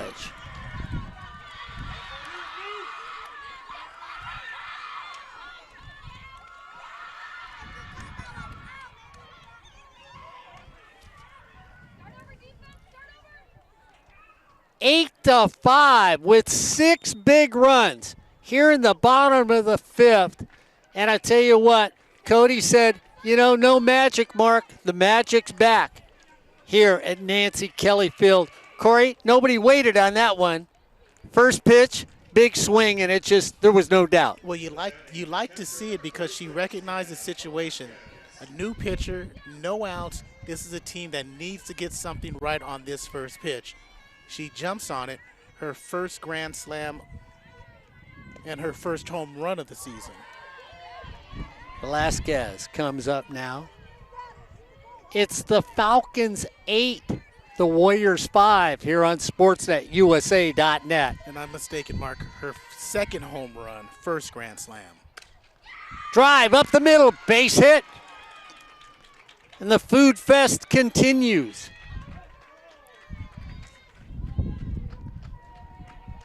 Well, with the wind blowing the way it is, guys, Cerritos needs to keep batting, keep scoring runs because, you know, that wind is going to help El Camino when they come up. This could be one of those 12 to 10 games. So Cody, Bud, and Esparza comes back in at catcher for the Warriors. Juliana Vasquez was at catcher first part of the 5th inning. So Alyssa, we'll see if she's going to go. Oh, she stays out there. They're going to get a pinch runner over at first base. And that'll be Emily Zuniga. Zuniga is out of Warren High School. Running at first base for the Falcons, number 10, Emily Zuniga. And Caps reached on an error her last at bat, popped to the catcher in her first at bat. So Martin creeps in at third. Tamayo stays back at short.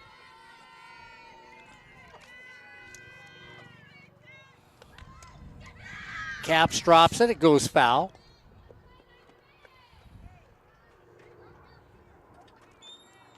And what you like, Corey, heads up baseball. So everybody's watching the bunt. Third is empty. Lujan comes in from left field to cover the empty bag. Heads up softball by this young woman from El Camino.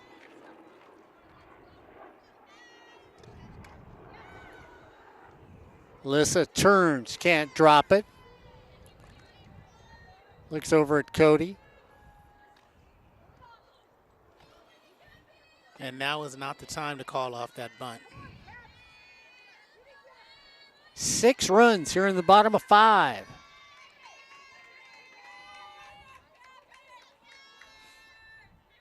Martin stays in at third. Everybody else backs up. Caps takes it off the edge for a ball. So Martin says, hey, if you're going to drop a bunt, probably towards me, I'll field it, and that's where you would bunt it. Maybe a slap is where you get it. Just put the ball in play. Caps just can't get it. Martin takes it in foul territory. So these 6 runs on 3 hits, plus that one huge error, but even bigger, no outs, and that we thought was a rundown first out at first base. Fouled away. And Yeah, what we thought was an out at home. Yeah. 2 non-calls if you're a Warrior, 2 bad non-calls. If you're a Falcon, great umping. Excellent eyes.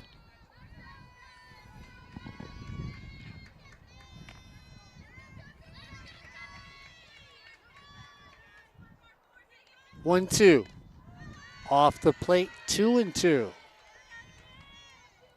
The mood has changed. The girls are all huddled over in the Cerritos room, dancing and chanting. They feel the victory. Off speed. 3-2. Start the runner. Corey Neyland and I both have the runner moving. Cody drops back. We'll see if she's got him moving herself. They do not. Martin goes to second for one. Can't get the speed burner at first. So that is recorded as a first out of the inning. 5-4. Now batting second baseman, number 21, Alyssa. But again, you have the top of the order now, Mark, Yep. and a speedy person in caps at first. Martin stays up, signals over at second, sees what they're calling from the dugout for the defense, stays up in front of the bag. Runner goes, Caps goes down, easily off the bag, still safe. They had her again. She slid by the bag, could not hold on, laid there for a second. They realized they could make a play, but it was too late. So it's a stolen base. Those larger major league bases would have helped there. Grab on and hold on.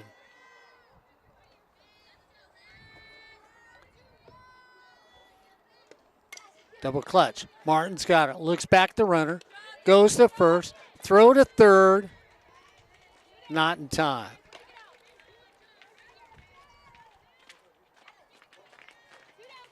So good defensive play. Martin makes the throw to first. The shortstop rolls over to get the throw from first back to third, and the left fielder comes all the way in to back up the play. Fundamental defense by the Warriors from El Camino.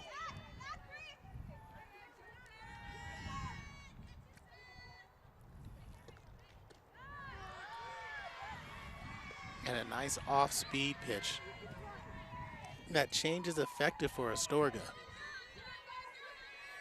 But again, the variety of the strike calls can be a little bit of cumbersome for the pitchers in the circle today. Down in the dirt for a ball. 1-1, 2 outs, 6 runs in. 8-5 here in the bottom of the fifth on SportsNetUSA.net. Macias started off the inning with a double. Drives it. It's inside. That'll get her at least one. She turns. She goes back to first, and Cap scores. So Macias, a double and scored a run, and now a single and an RBI. All in this fifth inning. And now the score is 9-5, Falcons. And everybody might have looked and said, gee, why was Cody trying to get Caps over to third? Well, you just saw the reason. Strong single scores her. If she's standing at second, she doesn't come home. No, she was scoring. Even if she's at second? Oh, yeah. Okay. 7 runs on 4 hits. Leduc, who scored a run this inning, reached on a walk.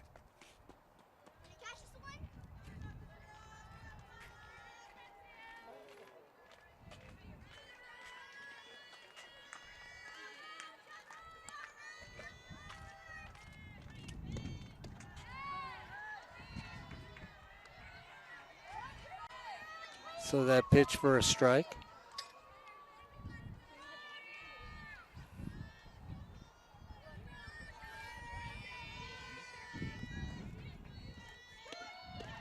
Outside.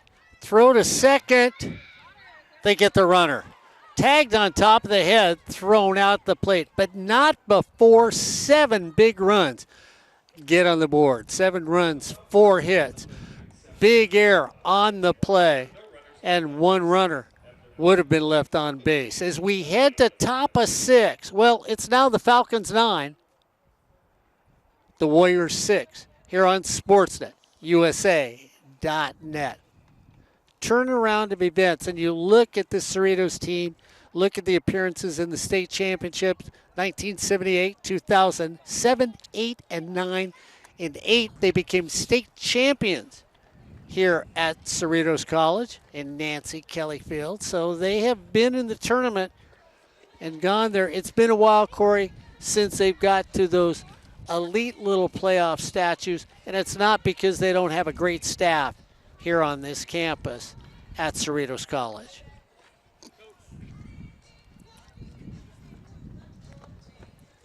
So we'll see if Cerritos can shut the door on everybody here in the top of the 6th.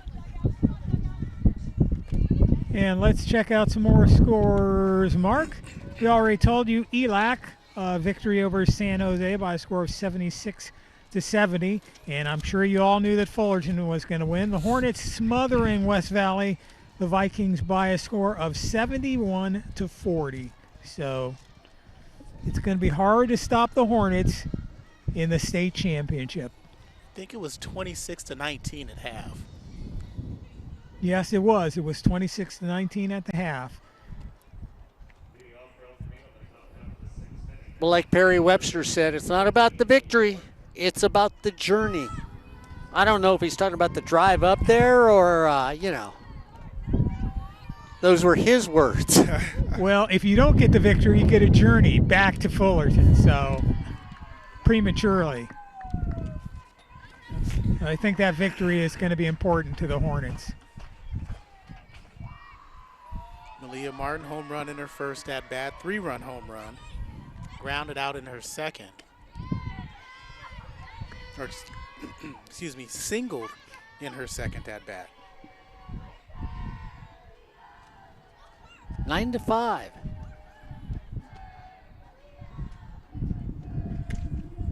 Off the fist, out to right field. I thought for a second that Macias had lost it or misjudged it, then caught it again, just because it's a very tough sun field right now in right field. Very important inning here for Callison. She's been sitting on the bench for a long time, and Cerritos has to shut El Camino down in this inning to keep the momentum on their side. You don't want to let El Camino get back in this game. They can score a lot of runs also. Peral grounded out, reached on a walk in her second.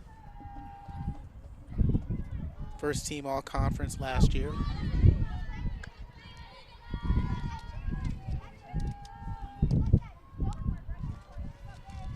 But only batting .259 early on this season. Takes one down and away. You watch Peral up in the box, and people would wonder why somebody does that. Let's take away the breaking balls, the change-ups that come your direction. And she laid off that drop ball there. Good pitch, better eye. Fastball goes by her, and that's what you give up if you're up in that front of that box.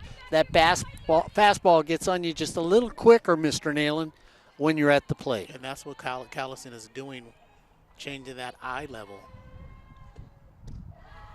Down and away. So she's changing that eye level, that sight line for a batter. Drop ball, fastball, then you come back with the changeup.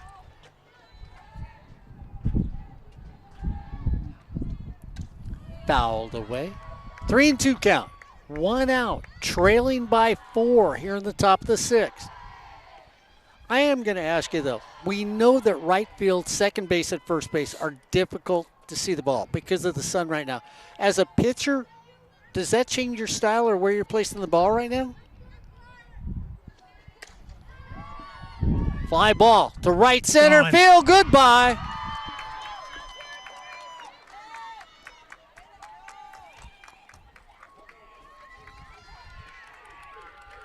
And so an excellent piece of hitting by Peral to give them one more run to close the gap to within 3.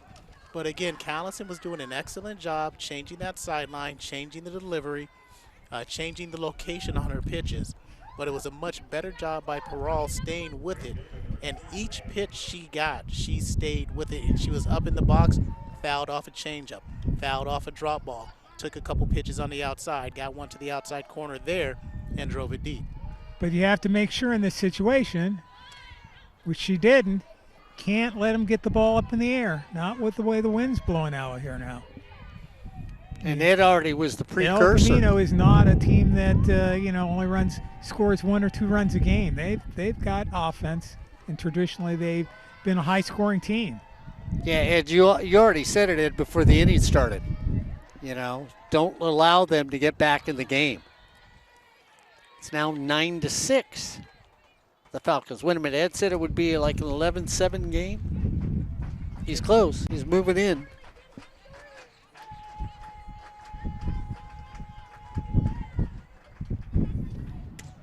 Slap. Flip over to first. Nice play by Sotelo over at second base. Slap shot over there. She easily goes down and digs it and flips over to first for the out. She really is one of the better second basemen in the state. Not just the South Coast Conference, but the state of California.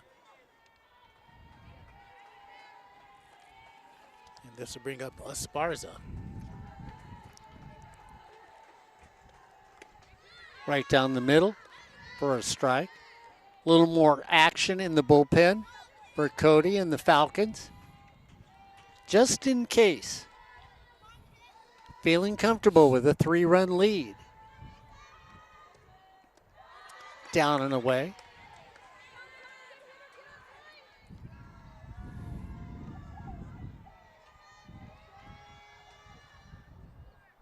One and one count, 2 outs. Top of the 6th. Ball 2. 6 runs, 7 hits, 2 errors for the Warriors. 9 runs, 9 hits, 2 errors for the Falcons. Little fisticuffs down the right.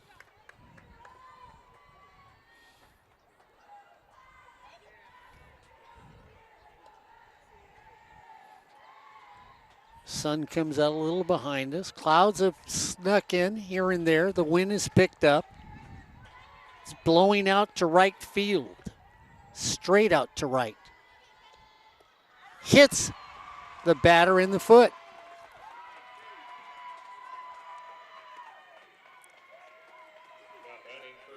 So the second Warrior hit by a pitch in this ball game. And with Torres now up to bat, she's got a chance to. Yeah, the Falcons have to be careful here. I mean, it wasn't a hit by, hitting somebody with a pitch, but in the Pasadena game, 2 wild pitches set up their loss to the Lancers.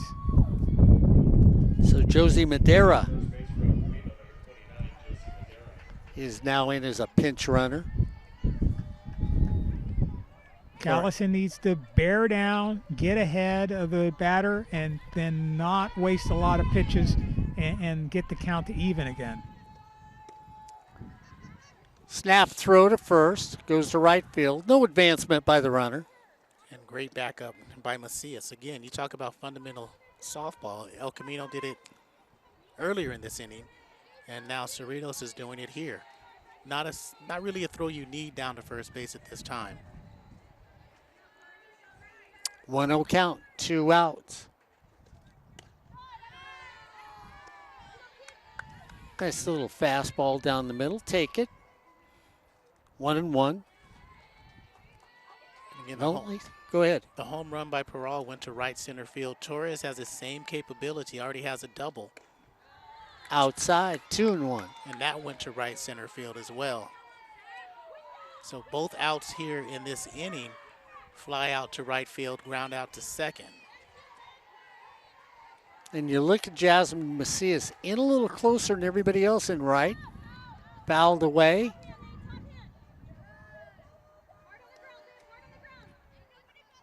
John shakes his head. Felix sitting next to me saying, why didn't anybody tell me not to park there?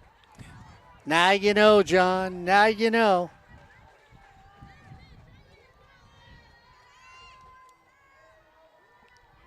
Two outs. Drive. into the alley. Caps goes back and tracks it down. So Caps gets out there and makes the big play. So 1 run, 1 hit, 1 left on as we head to bottom of 6.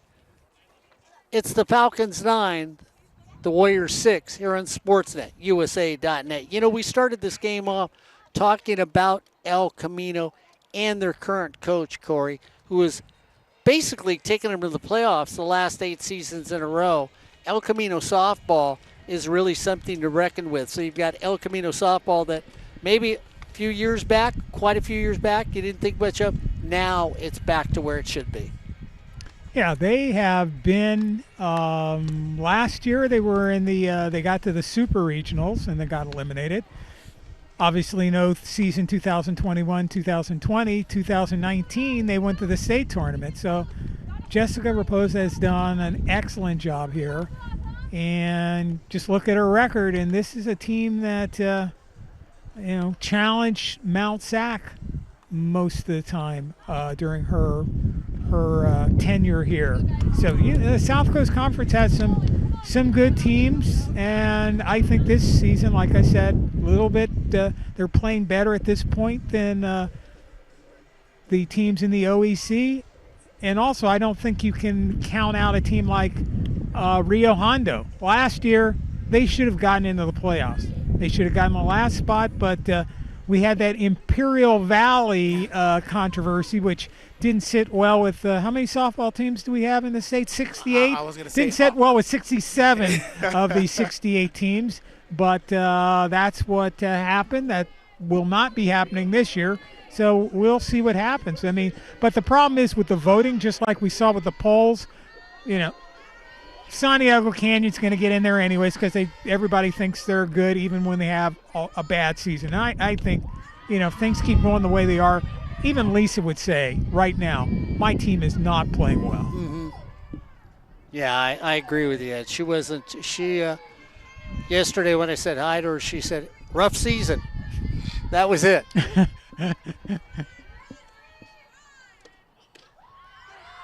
So Cerritos up by 3, would like to get 1 more back, maybe 2, to put the Warriors in a very difficult situation at the top of 7.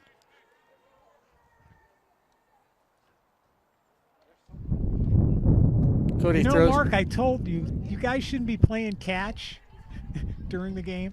You know what? If Corey knew how to throw, yeah, that wouldn't have gotten into the infield. If he learned how to throw like a girl, it would have been right on the money. Still throwing like a man. Goes anywhere.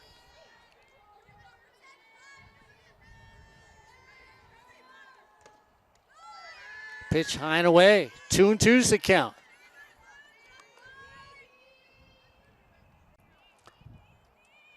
And, of course, you see the thing here. Ed already brought it up, a 9-6 game. Corey, this has been the trend in community college softball. Early in this season, a lot of runs scored.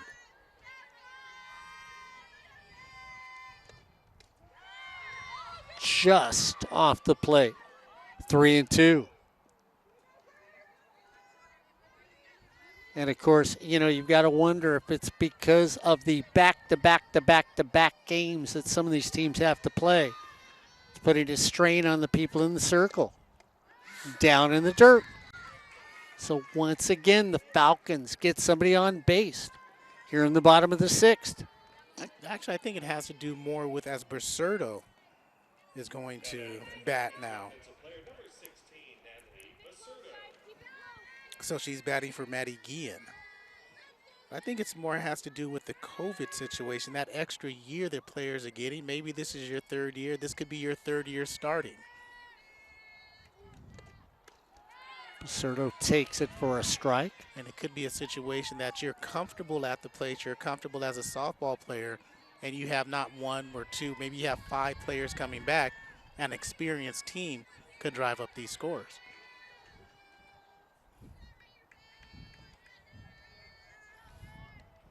Bercerto drops the bunt. Nice looking sacrifice. moves the runner over to second on an excellent bunt to move the runner.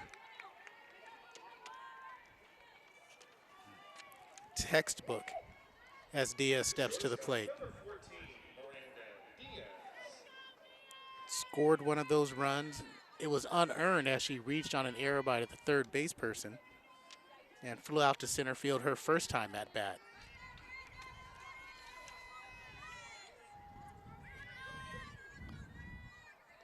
So Diaz takes that off the plate.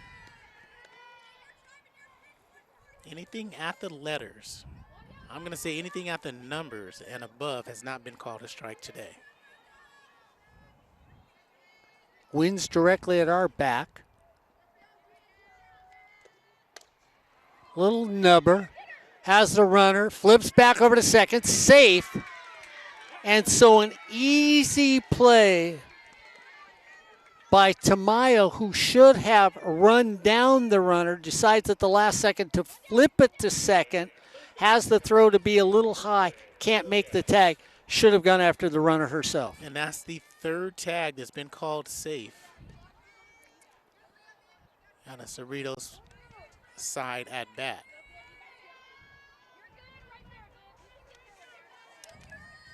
So Bedoya comes up. Runners at first and second. Bedoya takes it up the middle, off the glove. They hold the runners, almost going home. They backpedal.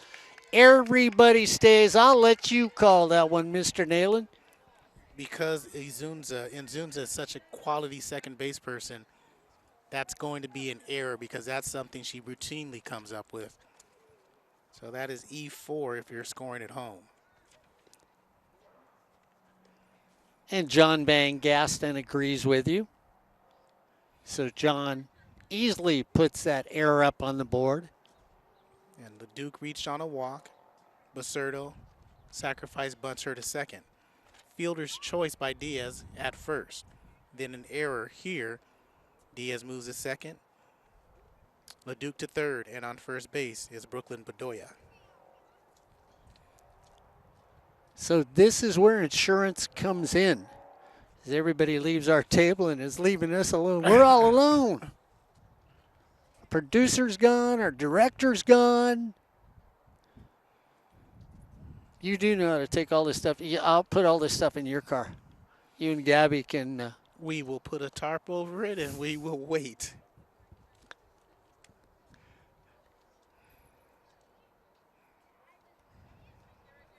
Corey Neyland camera behind us today. See, you're a technical guy now. That'll be your job from now on. Aren't you excited? Every time you show up, there's your camera. That's the only thing I have to do. I'm all for it. No. That's the last thing you do. And it better be done before game time. See, there we go. The only thing I got to do, I'm all with it. As the last time Manalo was up, grand slam. Does she get two? Takes the first one for a strike. And if she gets 2 grand slams in a game, I'm going to say that is a Cerritos College record, even though I'm not looking at the record books and have not looked at the record books yet.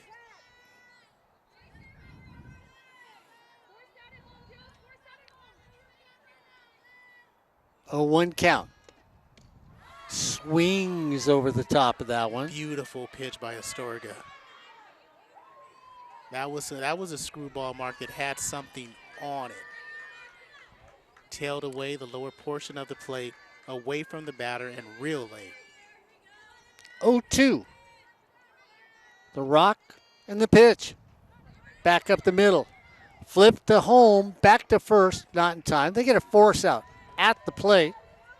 So nice play. Beautiful pitch. Nothing on the hit, and nobody scores. And it's the way she was pitched. Everything came through the lower part of the plate on the outside part of the plate. So it was a late swing by Manalo. Went to the right side. And now with 2 outs, you got to feel a little bit better about yourself if you're a Warrior fan.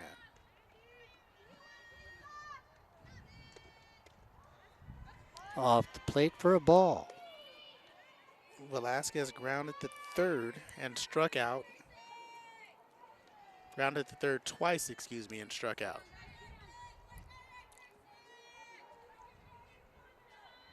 If you're the Falcons, you want to crawl one more over. Off the plate for a ball.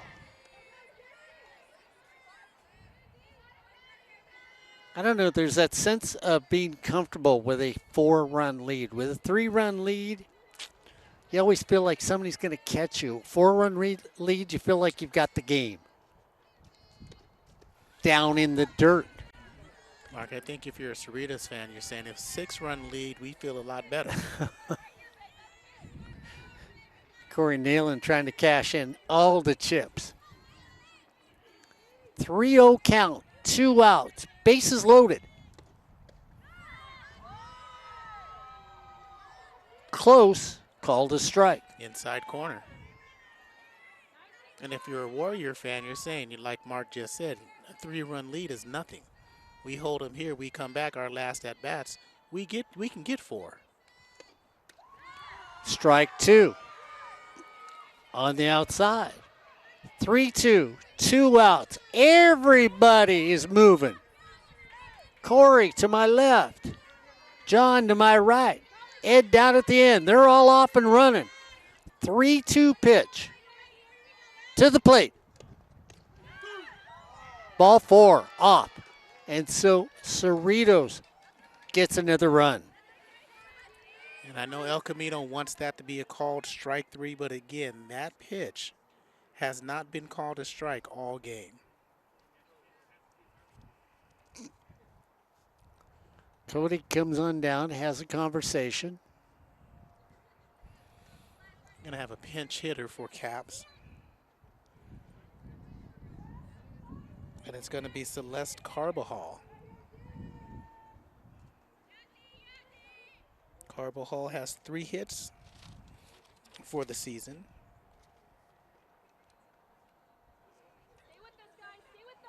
She was 2 for 3, had 2 RBIs against Compton. So Cerritos does what Cerritos needed to do. They get that insurance run back on the board, up by 4. They're not done yet. 2 outs, bases loaded. 10-6 here in the bottom of the 6 on Sportsnet, USA.net.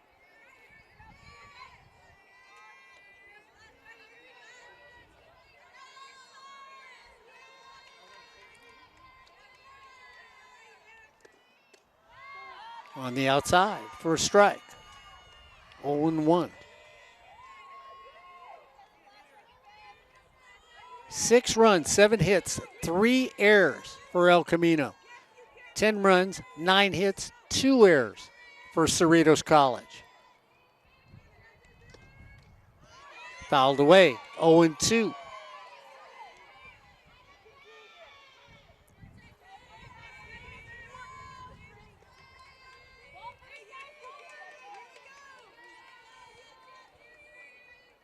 And you love to win all of them, Corey, but the ones in conference, oh, those are the ones you need.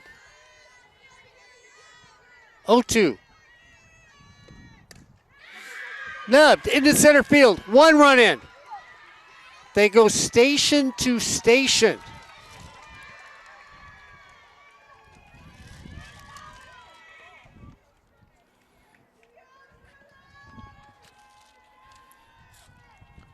And 2 more runs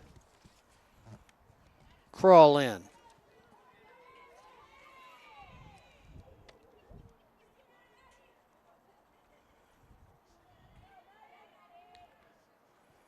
So it should be 11-6 if you look at the scoreboard here.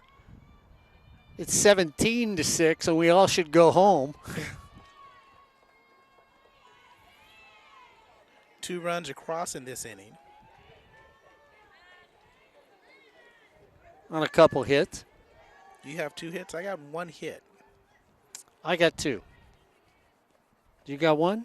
Sacrifice bunt, fielder's choice. I got error, Diaz. fielder's choice. What did Diaz do? Fielder's choice. Oh, the FC? Okay, all right. That's where my second hit came from. Okay. I had her down as a hit. That was the one where LeDuc came off second base. Okay. Tamayo chased her down, safe at second base. Okay.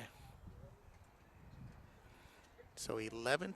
Cerritos has come all the way back. And we will get a new pitcher in the circle.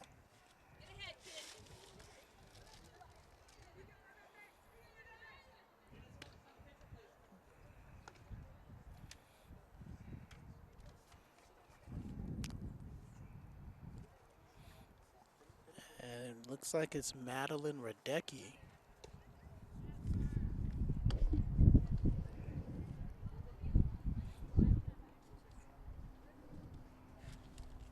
So, Ed, it's late in the day. Are there other scores, other teams? No, the San Francisco-San Bernardino Valley game for men's basketball, that's the state championship tournament, that should be happening soon. Should be starting soon, probably a slight delay. And really no new scores in softball.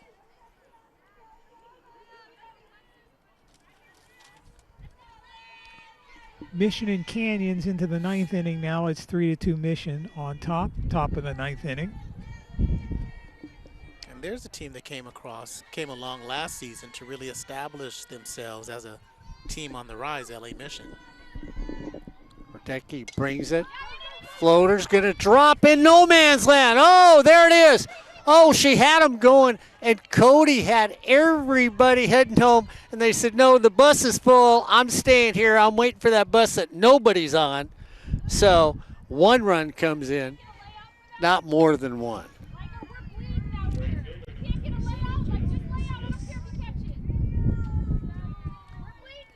And you can hear the words from the El Camino dugout. Hey, on things like that, lay out flat, we're dying, we're getting nibbled to death.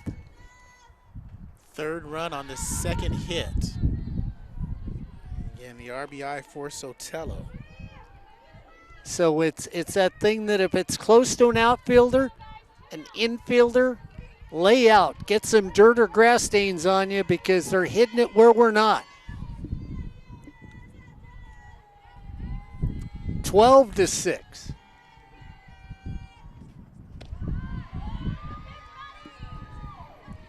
That taken for a strike. 1-1. 2 runs in the third, 7 runs in the fifth, 3 runs here in the sixth for Cerritos. Radecki brings it. Easy little pop-up on the infield, and that'll do it. But not before 3 big runs come across the board. 3 runs on 2 hits, 1 error, and the bases stay stranded here on Sportsnet, USA.net. As we head for the top of the 7th, it's the Falcons 12, the Warriors 6, here on Sportsnet, USA.net. Yeah, I think if we were at West Valley right now, I think that's when they bring in the second tray of scones and hot tea. Well, I'm ready for a road trip. Well, earlier I did say 12. You did. I did say 12. You did, yes. So let's see if the Falcons can make the rest of my prediction inaccurate and not allow any runs. Because you had 9 for one of the other teams, right? I think I said 12-10. Oh, okay. All right. 10, double digits for both teams. Hope Ed's wrong. So unbelievable. At least the sun's starting to come back out from the clouds, but we're expecting some. Isn't there supposed to be some rain late tonight and rain tomorrow? And rain tomorrow. Yeah. If the storm is not traveling at the right speed, it looks like there's going to be some rain on Saturday. Could be. Supposed to have Cypress softball on Saturday on sportsnetusa.net. Make sure you check the homepage to see if that game will be broadcast. John's trying to stay warm. Corey, I think, is going to start a trash can fire here pretty soon. I'll help you out.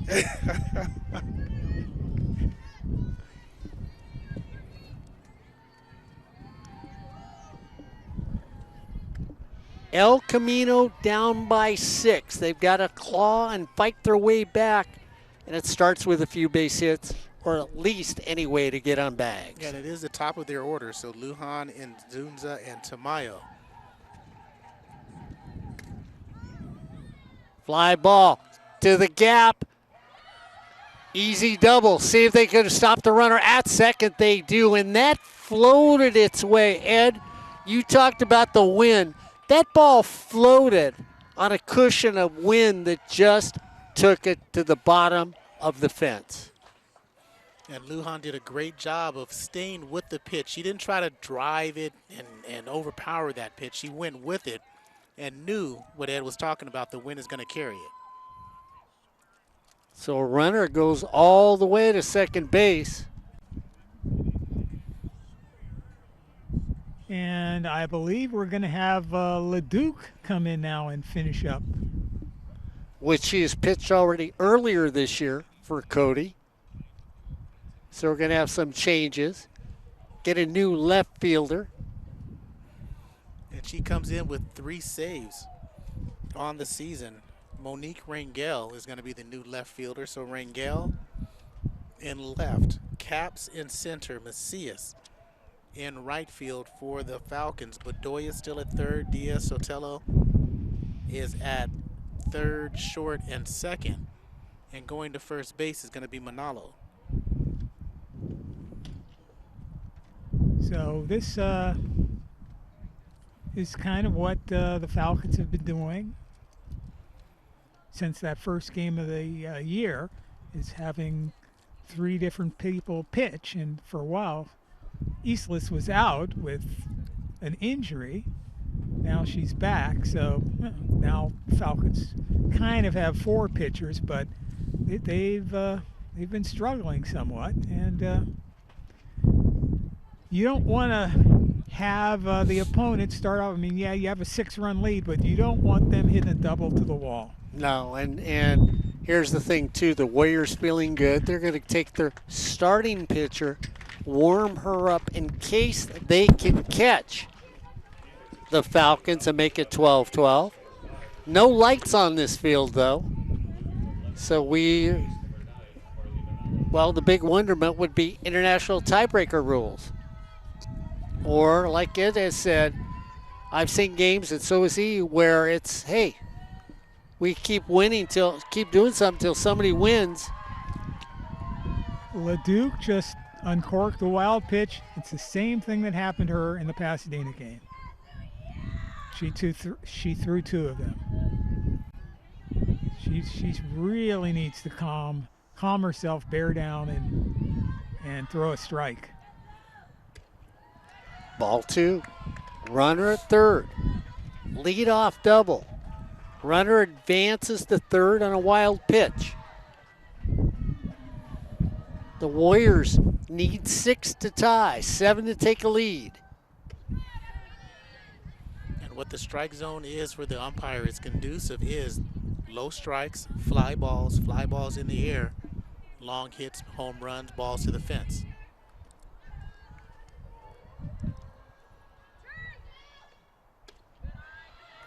High and away. 3-1. 3-1 pitch.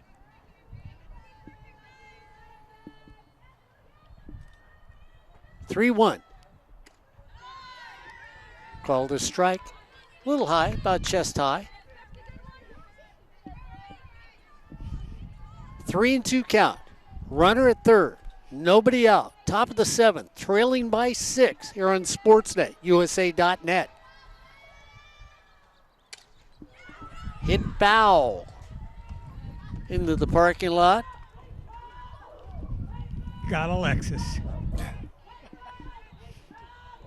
None of us have to worry. No, Second hop, though, so not a problem.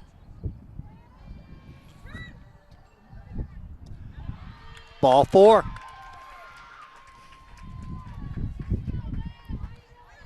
No outs and runners on the corners, Mark. Are you sending anybody? I'm not.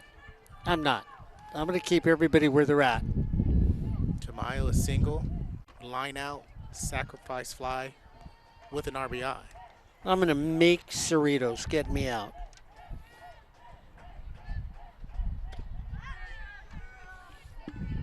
At the belt. I think in this situation, you can see the run and just get out. Mm-hmm. That ends the game. Don't worry about them scoring one more run.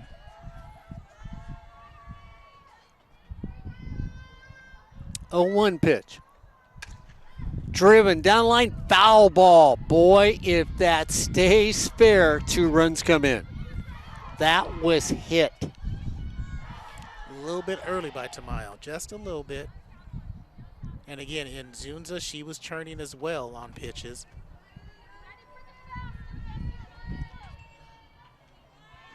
Oh, 2 count.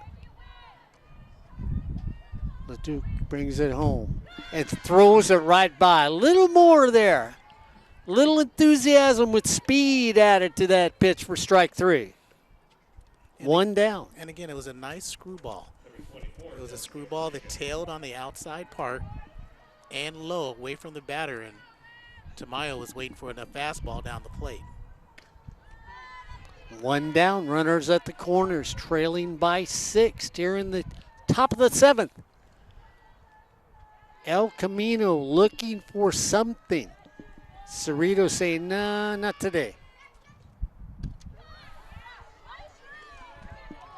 Said that the hitter went. Everybody wants to go home.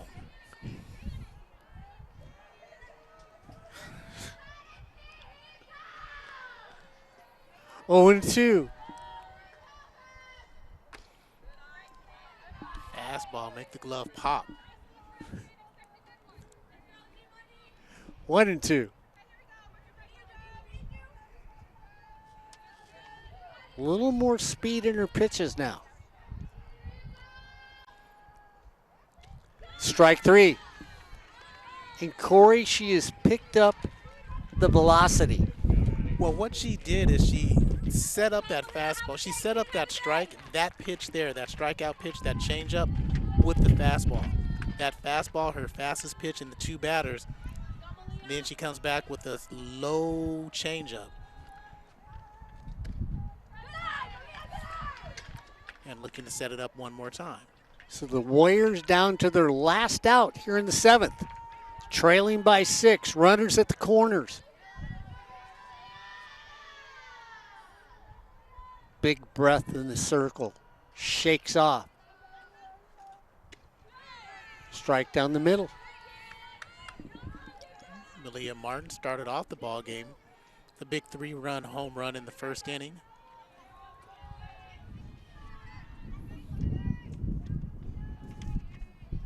And she grounded this short, flew out to right. This one is lifted in the air, and that's in the gap. 1 run's in. 2 runs in. The throw to the plate. She's in there.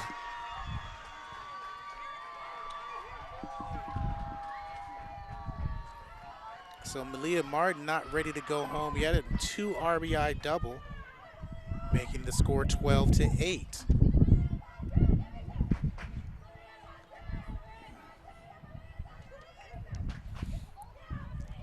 So Martin has had an excellent game today. 2 for 4, 5 RBI.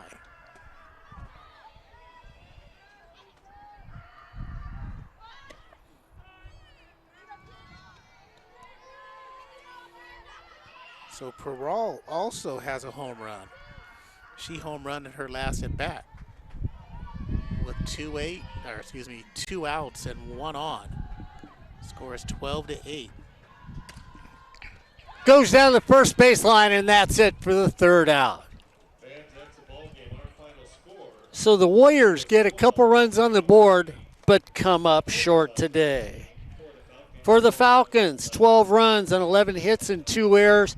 And for the Warriors, 8 runs, 9 hits, and 3 errors. The Falcons walk away with a victory. For Ed Ford, for John Felix, for my partner Corey Neyland, and for everybody that watched us today, your Falcons come away with a conference victory over the Warriors from El Camino here on SportsNet USA.net.